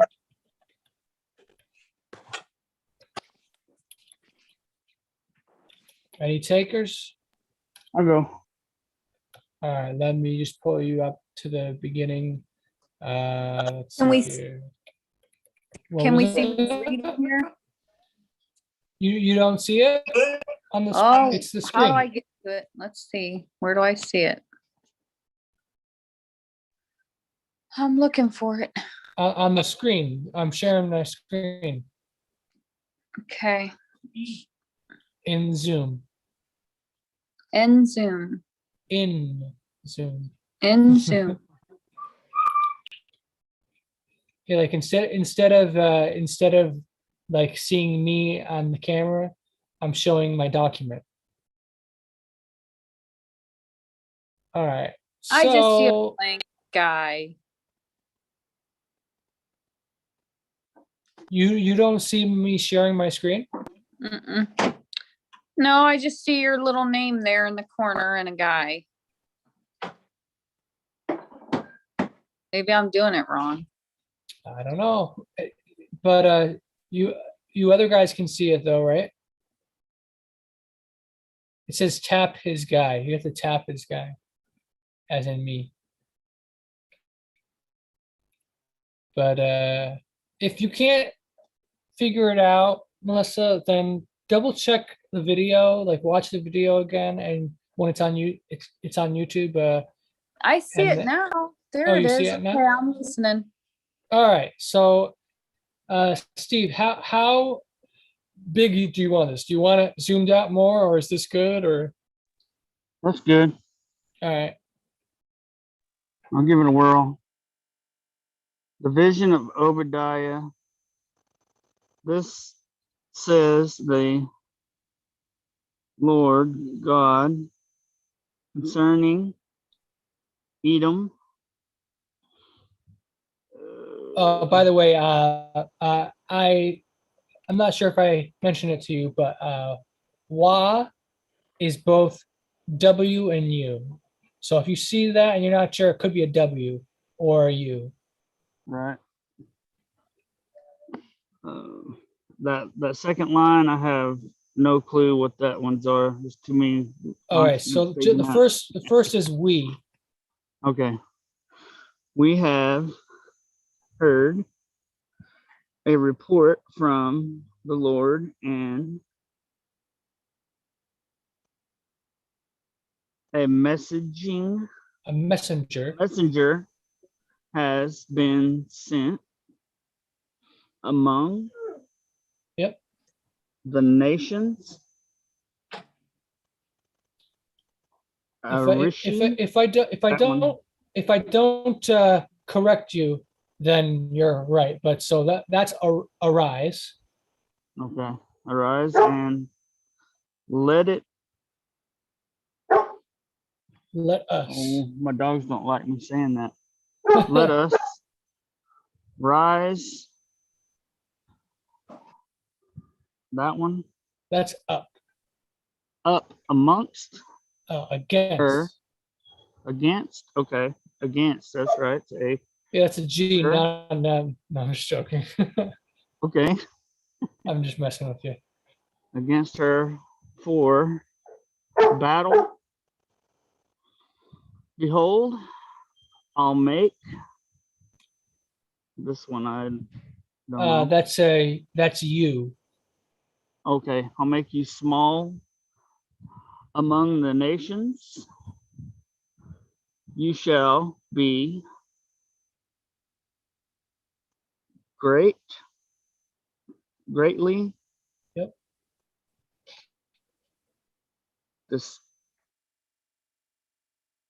Despised. Yeah.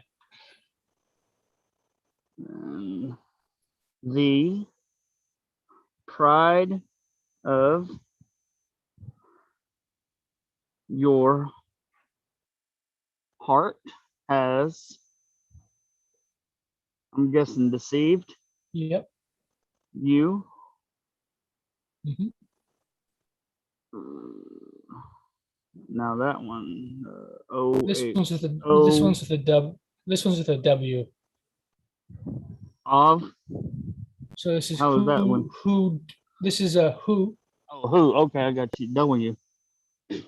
I thought you meant a W. I was like, wait, what sounds that? Who?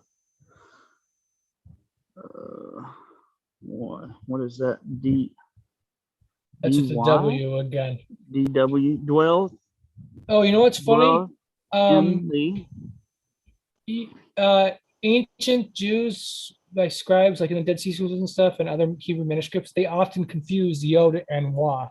So it's not just you being unfamiliar with this. Sometimes fluent Hebrew people confused Yod and Wa, interestingly. Awesome. Yeah. So I'm who not the only one. Dwell in the cliffs. clefts. clefts. There we go. Let me. I'm too close here. Let me unzoom on mine. My end of the rock. What was that one again? Why? The W is where? tripping you up. Yeah, the W, and then this. That's here. whose. Let's see. Yeah, the W. Where was I at now? Right after rock, right right here, right? here. Right. Okay. Why is my pin not work? Here we go. Now it'll work. All right. That one and that one's so tripping me. What's this one here again? That's a O. Okay. Whose? Okay. All right. Whose habitation is high? Who? Saying what? Let's see. Two I. Yeah, Say, so it's two different words. says in. It's possible I might have deleted an S accidentally. I'm not sure. It's Okay. wanna It says in your Make heart. some macaroni and we can make some gravy and then you can. That sounds good. Oh, I'm us sorry. It's I either- didn't know it's my either- thing was unmuted. I was talking about making rain and some stroganoff. Yeah. It's either say in or Say says in your heart. Says in your heart. Okay. Who shall bring me or my? No, it's me. No, it's me. Who shall bring me down to the ground? Ooh, that one again. W Y O. So iron, O. that iron is a O. Right. Though you ascend high as the EAGLE.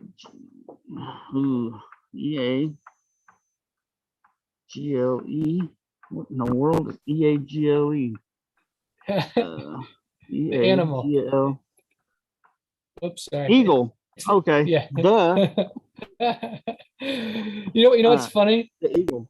When we like, if you say a word over and over again, it starts to sound foreign, or like if you're going meticulously like this, it can go over your head.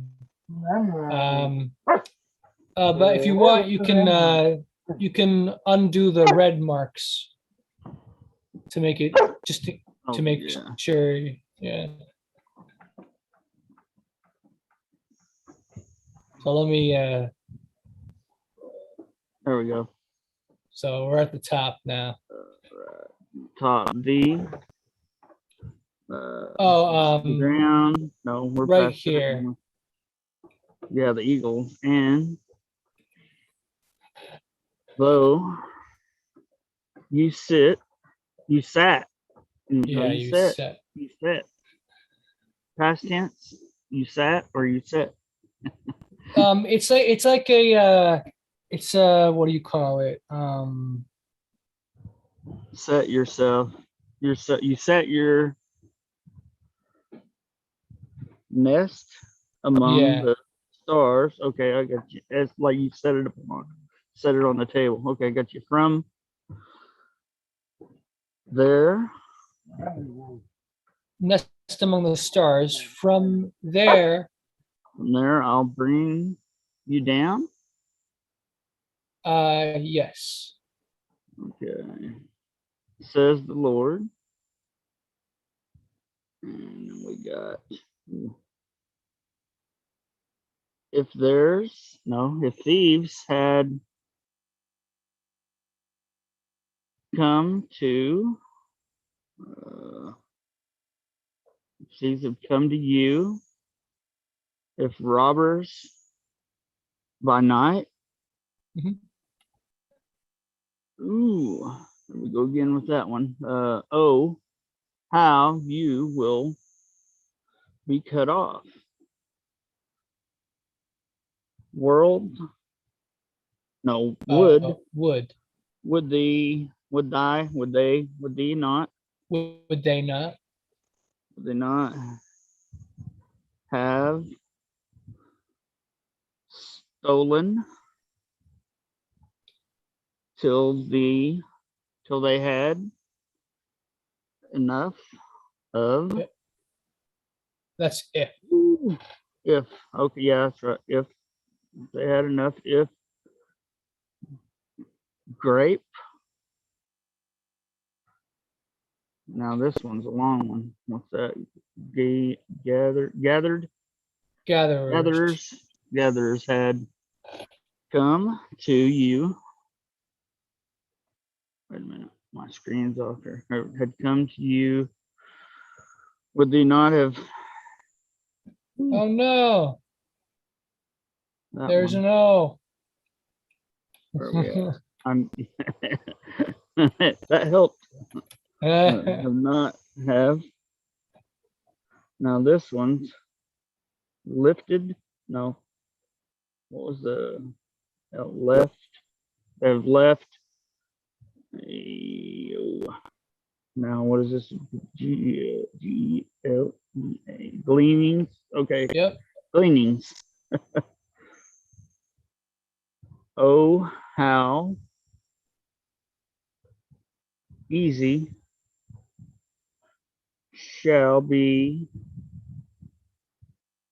Woo, So it sounds. I think if I remember correctly, there was a searching. few extra English words that I removed because of italics, possibly. Okay, So that's why it sounds weird. How right. easy shall be searched out. Searched. Yeah, his hidden treasures shall be white. No, I'm not. This sought Mhm. after all the men in your confidence shall Confederacy. confederacy. I'm a southern. No, I'm not southern. I'm Okie. Never mind. I should have known that one. Shall. Whoa. Here we go. F. Force you to the border. The man at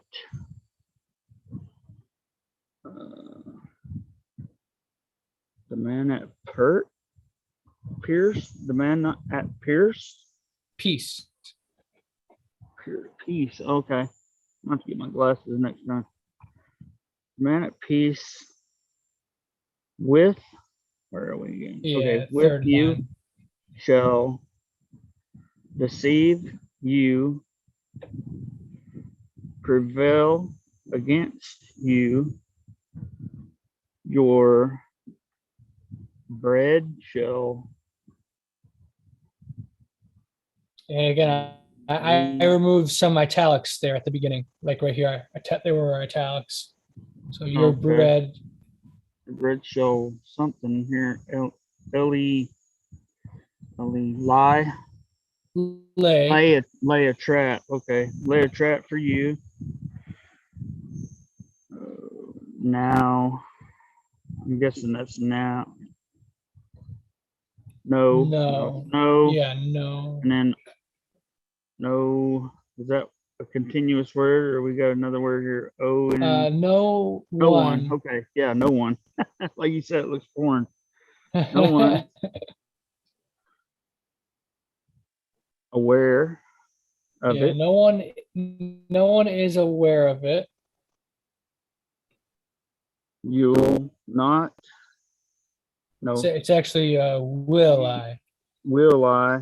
Okay. Will I not in that day, says the Lord, even destroy the. Oh, here we go again.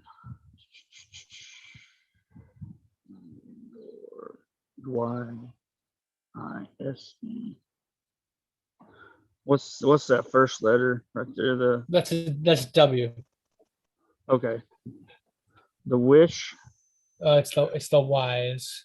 The wise. Okay. Duh. Here we go. I need to wear my glasses. I said the Y is from Edom, and ooh, there we go again. W and no, That also is a Y U. is W. That one's a okay. Understanding from. Ooh, this is tough with all those vowels. Understanding the mountains Yes. of Esau, E-S-A-W, Esau, Yeah, Esau. Esau. Okay, then I wish Melissa was doing this. That'd be fun. she's probably having fun listening to me try at it. All right, last verse. I knew a couple words, but I didn't want to interrupt on what he's doing here. I don't want to butt in. I'll jump in anytime. We're all learning. Let's see. Yo. Oh, wow, what in the world? Ever might. What was this one again? So Then I got this first word right here. your Yeah, and then this your is mighty your man. That's yes. supposed to be your mighty man. Okay, that's what was throwing me off the. Yeah, your mighty man. Boy, Hey, it might have been Here. me. Yeah, I think it was my internet Yeah, connection. Can you go back to Timon. yeah, there, Timon. Oh, Timon shall be dismayed. Nope. Yep. Yeah, dismayed. To thee, to thou. Is it supposed to be? No, it's thee. It's one word. Yeah. I don't know why. After the E on that, my screen just shuts off here. So I don't know. There we go. I had to zoom out. And that everything from Everyone. that. No, everyone. Yep, everyone from the mountains of Esau. E-S-A, and the other one, the last letter again. This is a U, so that's Yeah, Esau. Esau. Okay, it was Esau.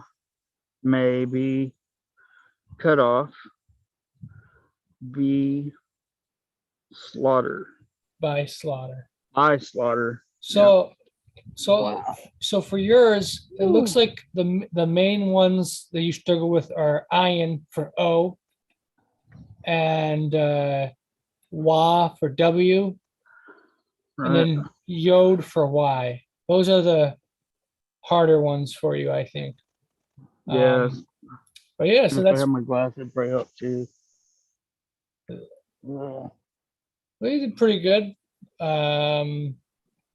For me, I've been looking at these correspondences for years, so I have this pretty down good. Although if I was to try to read through it, I'd probably read it slowly because I still don't recognize it like super fast.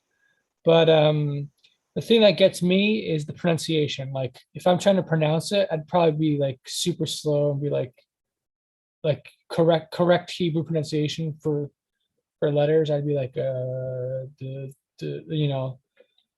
So Like I will. yeah, I definitely want to get fluent in pronunciation. So, but yeah, so maybe I'll do what you said next time, and we'll stick with a couple letters. And you know what I might do to save us time is actually have something typed up in advance. That way, because it took a lot of time for me to actually substitute the letters, and I think that looking back after doing that, I think that was a waste of time to type through it all like that. So going forward, I'll try to have something set up in advance. Oh man, look, I missed the U. for ground. Right here. All right, guys. So that's pretty much the end. Sorry when we went a lot longer due to the practice. Any final thoughts before we end this? Any final questions? And if no questions, do we want to get together on Monday for more practice, or do we just want to skip Monday and do it on Thursday? Any opinion? More practice on Monday? I know Melissa likes to practice every day, or likes to go on Zoom every day, I mean. So, all right, well, we'll I do. would do every day, but like you said, I'm just a Zoomaholic or something. I don't know. But I really, really, really thoroughly just enjoy soaking up all this information and just gleaning what I can. Because I know eventually, if we keep doing this, we are going to know a lot. Because look how much we've picked up just here and there over the years about Hebrew. Yeah. I mean, if we were actually really trying, we would be totally experts by now, probably. Yeah, so that's the goal, for us to help each other, because like I've tried on my own for a long time and it's really tough on your own, but when you have a group of people doing it together, it'll become much easier. I think so. But we just can't give up. Even if there's times like during the holidays we can't do it, we still need to try to resume as soon as possible. Yeah, and then if you miss a teaching, you can go to the my playlist on my YouTube channel and look at the missed one that you missed. So Yes, exactly. And if you end up quitting or getting canned because of that stupid, vaccine, then you can just be a teacher at full time. that'd be fun. All right, guys, I'll let you go. Have a great night. Shalom, and I enjoyed gathering with you, and I'll see you guys Monday. Thanks a lot. Okay. Take care. Bye bye. Peace to you all.